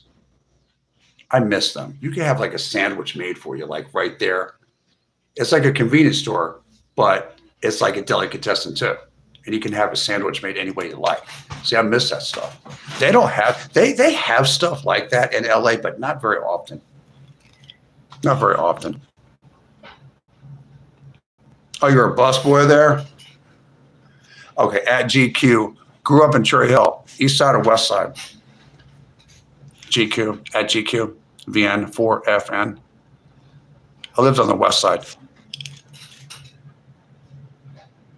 I had a lot of friends that lived in the Cherry Hill apartments and stuff like that. I went to Cherry Hill High School West. Was it 10th, 11th, and 12th grade? Oh, you lived in West Berlin? Oh, did you? I know where that is. There's a shop right out there. Eastern High School. Wildwood's pretty fun. Oh, you went to Cherry Hill West? I'm not sure how old you are. My principal's name was Joan Katz. Mr. Jordan and then Joan Katz was the principal there at GQVN.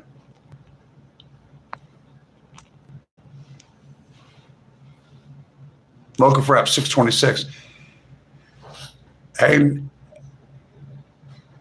Engenville Adventure Mustana. Yeah, it's expensive here in California. You're lucky moving to the Philippines. It's much cheaper there. Philippines. Did somebody move to the Philippines? Sandra Evans, you might like Arizona. Oh yeah, my sister lives in Center City. She's in what's it called? I think she's in the least expensive apartment in not Strawberry Mansion. She's in that's where I used to get weed. Rittenhouse Square. She told me that South Street's just not South Street like 15 years ago or 20 years ago. It's gone. Yeah, I heard. It's gone now. Really? The Oasis strip club. Oh my God. I'm about to start cracking up. The mall was central to the economy back in the day. I'll tell you what, the Cherry Hill Mall was the place to be for retailers. It's still open. It's still there. At GQ, Diamond Diner. You remember the Diamond Diner? They used to have a DJ there. They had a DJ there. Yeah. You could go dancing on a quest with your friends for hot chicks. They would pop up there every once in a while.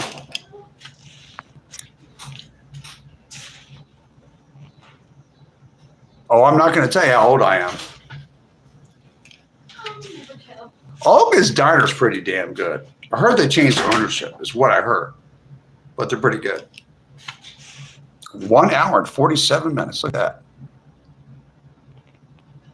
Wearing out those glasses, the pub restaurant. I like the pub restaurant. You know, when I used to party and stuff like that and I wanted to come down, I'll just go to the pub restaurant and get myself all kinds of good food there. Just sitting there. It was like the pub looks like the pub restaurant inside at the Circle. It's in Camden, New Jersey. The pub looks like the inside of like a late 1950s, early 60s kind of a place that was similar to something you saw on a movie or something like that. It's still open. I guess it's still open. I'll have to look it up. It was when I went back there to visit, it was still open. Lodi. There is a Lodi in New Jersey. I know where Laurel Canyon is. I've been through there many times. No, Woodbine, not Woodbine. It's Woodbine.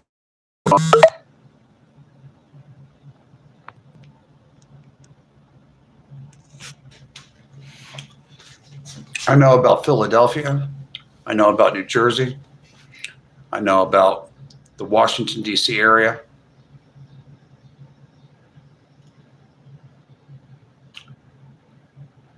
I know Newark, New Jersey fairly well. I've been in and out of New York City, but I'm not an expert at it. No, Newark. I never really liked New Brunswick that much. I know South Jersey. I know Camden. I know Wilmington, DC, all of Philly. I know the whole area, that area. But New York, I just know part. You know, I've been around New York and Brooklyn and Queens and stuff like that, but I never really lived there or anything like that.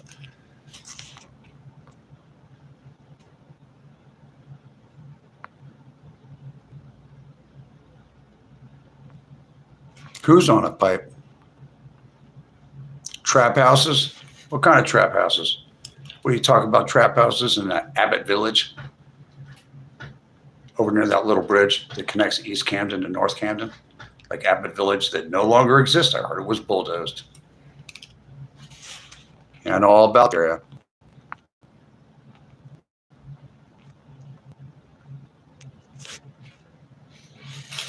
I will be back in a couple minutes. Don't touch that dial.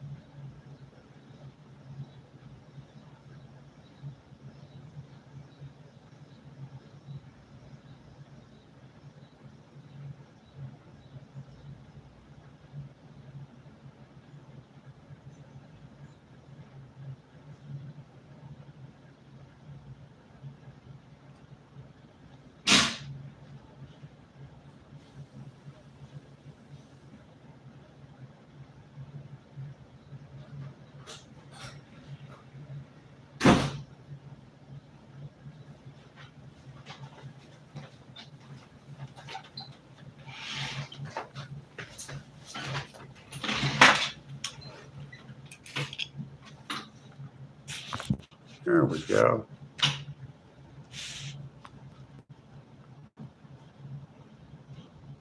No, I'm not wearing any makeup at all. Why would you think that?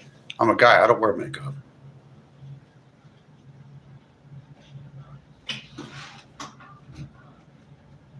Do you wear makeup? Well, do you?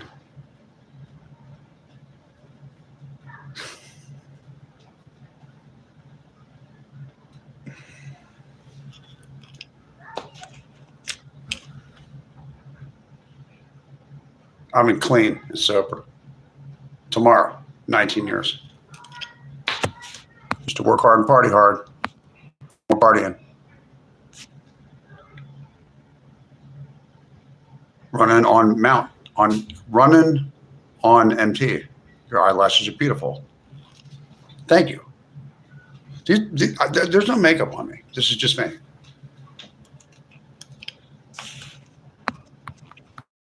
Well, it's been 1 hour and 53 minutes. And guess what? This is at Hollywoodland22. I need you to subscribe to my channel. This is a non-monetized channel. YouTube is not paying me anything whatsoever for this live stream that you're watching. I don't need your money. I don't need your gifts. Once I have 2.18K, 2,180 subscribers right now. And I gained those subscribers at a very fast clip within about 5 months. Most of them, like 90% of those subscribers came in just like almost like a 4.5 month time frame. And when I get to 5,000 subscribers on at Hollywoodland21, that's my handle. Thank you for subscribing. I'll hit the green light, and then I'll put other things, and then I'll start getting paid. And then I'm probably going to get StreamYards if I qualify for StreamYards. I got to find out more about StreamYards.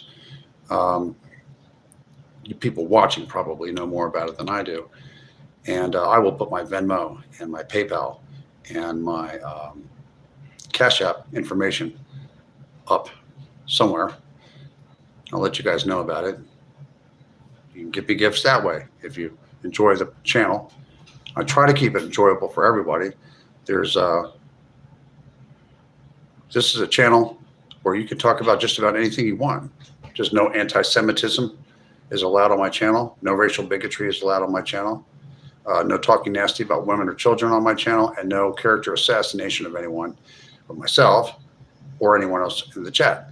If you can follow those rules, you'll never get blocked. But if you do not follow those rules, you'll be blocked forever, and you'll never come back here. I don't even care if I've known you since you were 5 years old. You will never come back to my channel again if I hear about anti-Semitism, or talking about racial bigotry, or talking nasty about women or children, or lying about people on my channel. Then you're gone. Other than that, you can hang out. You can talk about Donald Trump. You can talk about Obama. You can talk about Bibi.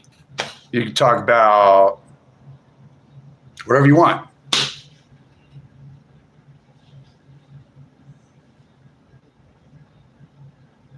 You could talk about, I don't know, talk about Michelle Obama. You could talk about Biden's kid, whose coke that really was. I don't care. You talk about Iran. Just don't talk about the things I said don't talk about. Thank you for subscribing to @Hollywoodland21. That's one word. @Hollywoodland21. Could everybody that's watching me right now do the whole world a big favor and subscribe to @Hollywoodland21.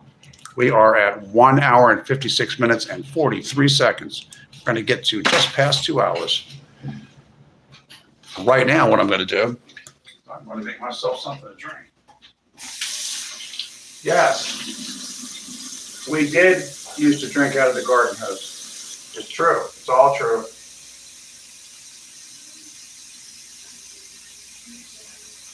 We did used to throw water balloons off the top of high-rise buildings. Yes, we did. It's all true.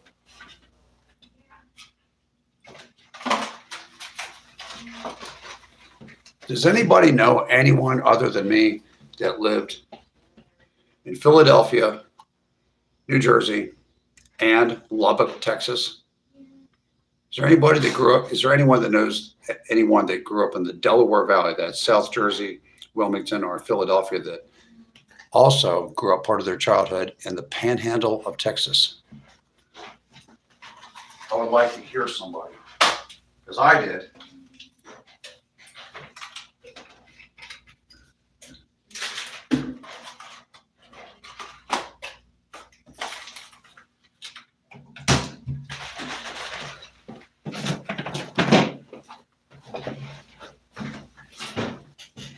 I'm so happy I woke up this morning.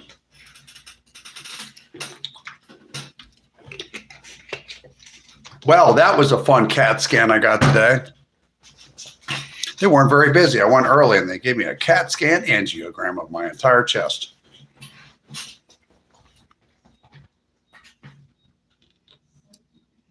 Isn't that fun when you have to go to an imaging place or you have to go to a doctor's appointment? Isn't it fun sitting there in the waiting room, waiting around, and your cell phone doesn't work well because of all the computers and stuff like that? Are those fake eyelashes? Comments like, no, they are not fake eyelashes. These are real eyelashes that I was born on. My middle school was Brainerd, right off of Church Road.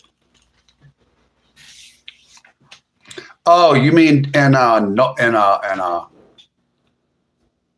Knollwood? Wait, what neighborhood is that? Knollwood? Is that Knollwood or is that Brainerd, off of Church Road? Thomas Paine is in Orange. Brainerd. Let me think.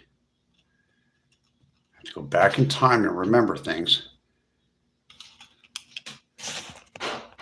You might know I don't know. Are you over 45 years old?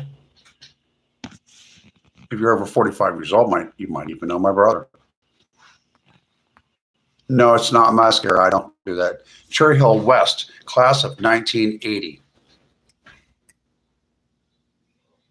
I arrived there in well, I'm not going to tell you when I arrived there. 1980, Cherry Hill, New Jersey was at its prime.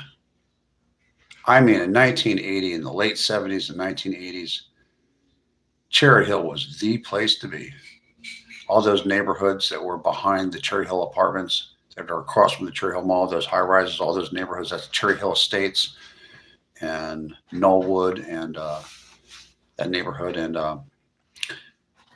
the neighborhoods behind Kings Highway with all those high-rise buildings back there. That whole area was really, really, really nice. And also they had built a lot of East Cherry Hill too, on the other side of the 295. That was really a nice place. Wasn't that a good place to grow up? Part of my life, childhood, I lived in Philadelphia, but people always aspired to live in Cherry Hill. Tom Kiefer's from Cherry Hill, really? I bet that was really nice, Cherry Hill West. I bet that whole area was really primo.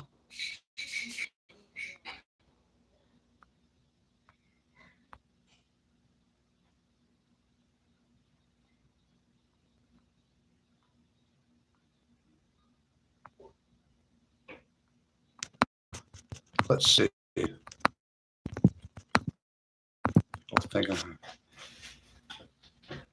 You East Coast people are lost in the sauce, really?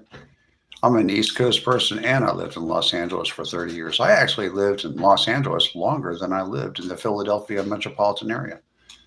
I'm an East Coast and a West Coast. I'm a person from the Northeast and from Southern California.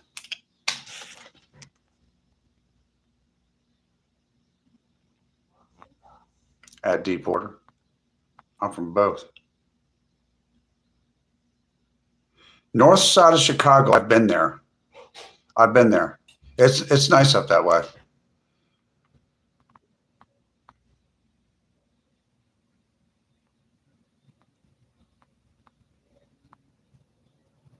Well, I'm glad you people are talking to each other. Yes, it was the best from the Garden House. I agree. I don't think it's something my mother wanted me to do, but yeah. Wow.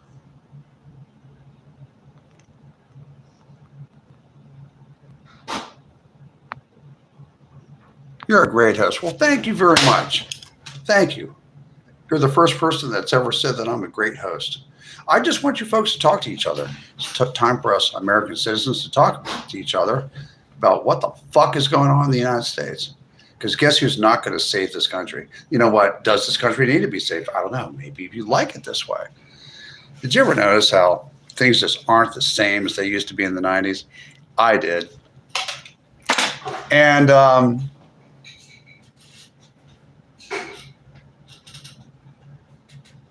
you go into a store and there's somebody in there, they're working there, and they're just like, they can hardly wait to get out of there. They're mad because they have to work. I wasn't mad because I had to work. I was like, oh my God, I'm at work. I get to make money. I don't know what's up with people now. It's not all younger people. It's a lot of people. You thought it was Tom Cruise for a second? No, my name is Randall. Randy, Randall. I did live in Hollywood, but I sold aluminum siding and I sold ladies' shoes too, and got a lot of phone numbers. Motel 6 was very, very good to me. Motel 6 always left the light on for me, for myself and my friends. That's plural.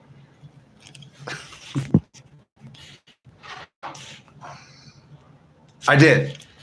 L'Oreal. It was just a little bit of gray on each side because I don't go gray. I just like a teeny bit of gray and teeny bit of gray here. So I said, oh, I'm just going to dye my hair. Go down there, get L'Oreal, medium brown. Comes out so dark that I had to put Head and Shoulders in it and scrub it like this for like about 3 weeks to get it just this much red. it was like black. I was like, what up? What is going on here? Randy, that's right. That is my name.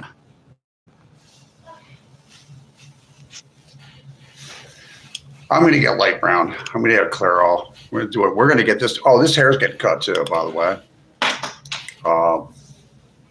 We're going to leave some on the top. I'm going to get an inch cut off of everywhere. This, so you can actually see my face. I actually have a face. It's part of my body. This is my face. I do have a face. But you wouldn't know it because you're distracted with all this hair everywhere, right? Look at all this hair. Is that a mess or not? I look like something from the 60s. Look at that shit.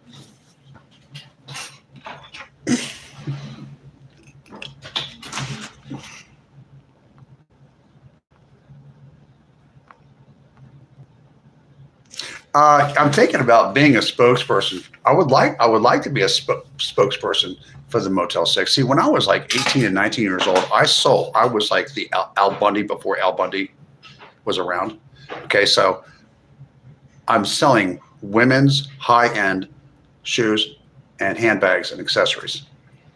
And I'm selling them with a bunch of other women's salespeople, but I'm the only guy in there, right? But I'm selling them.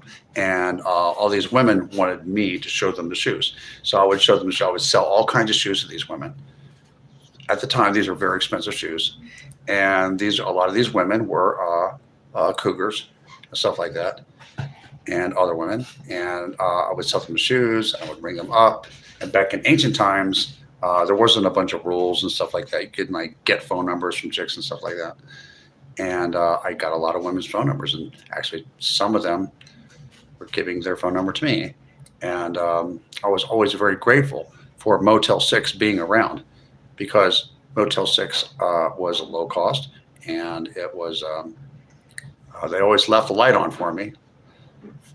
And my friends, plural,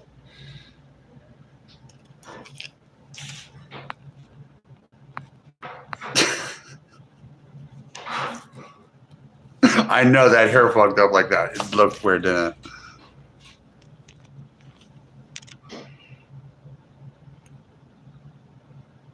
My girlfriend got a suitcase full of shoes, no more shoes. I'm selling the shoes to the chicks, right? This is when I was 18 and 19, I did this. I was just getting phone numbers. Dude, I was like, what am I going to do? Like, you think I'm going to stock shelves or go work? I worked as a waiter too, but that was a part-time thing, and a bartender too.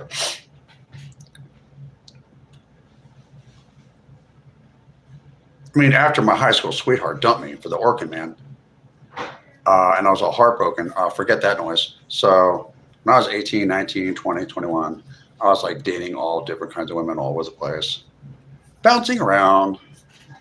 So then I moved out to California, and then I'm hanging around the Hollywood Hills and meeting all kinds of people, and it was a blast. And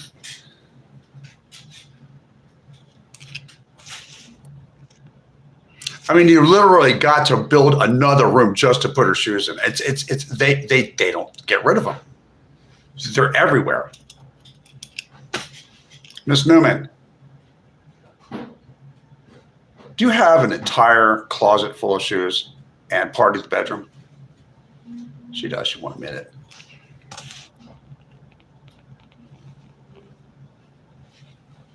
No, not really. I'm just saying, it just amazes me how much women like buying shoes. Oh, you think I was selling more than shoes? No, I was just hooking up with these chicks, man. I never did that kind of stuff for a living, dude. No, I'm not a whore, dude. I'll do that shit. I did get a lot of women's phone numbers. I knew a dude that was selling shoes on the other end of the mall, and he was selling women's shoes too, and he was getting a lot of phone numbers. Little short dude. Mario. Little short Sicilian dude. He was getting a bunch of phone numbers too, dude. We didn't tell anybody what we did. People, why are you doing that? Isn't that like a woman's job or something like that? No, I can do it.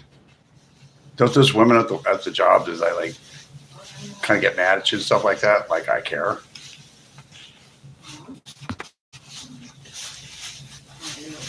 Lisa at Runamont, you want him really bad, don't you?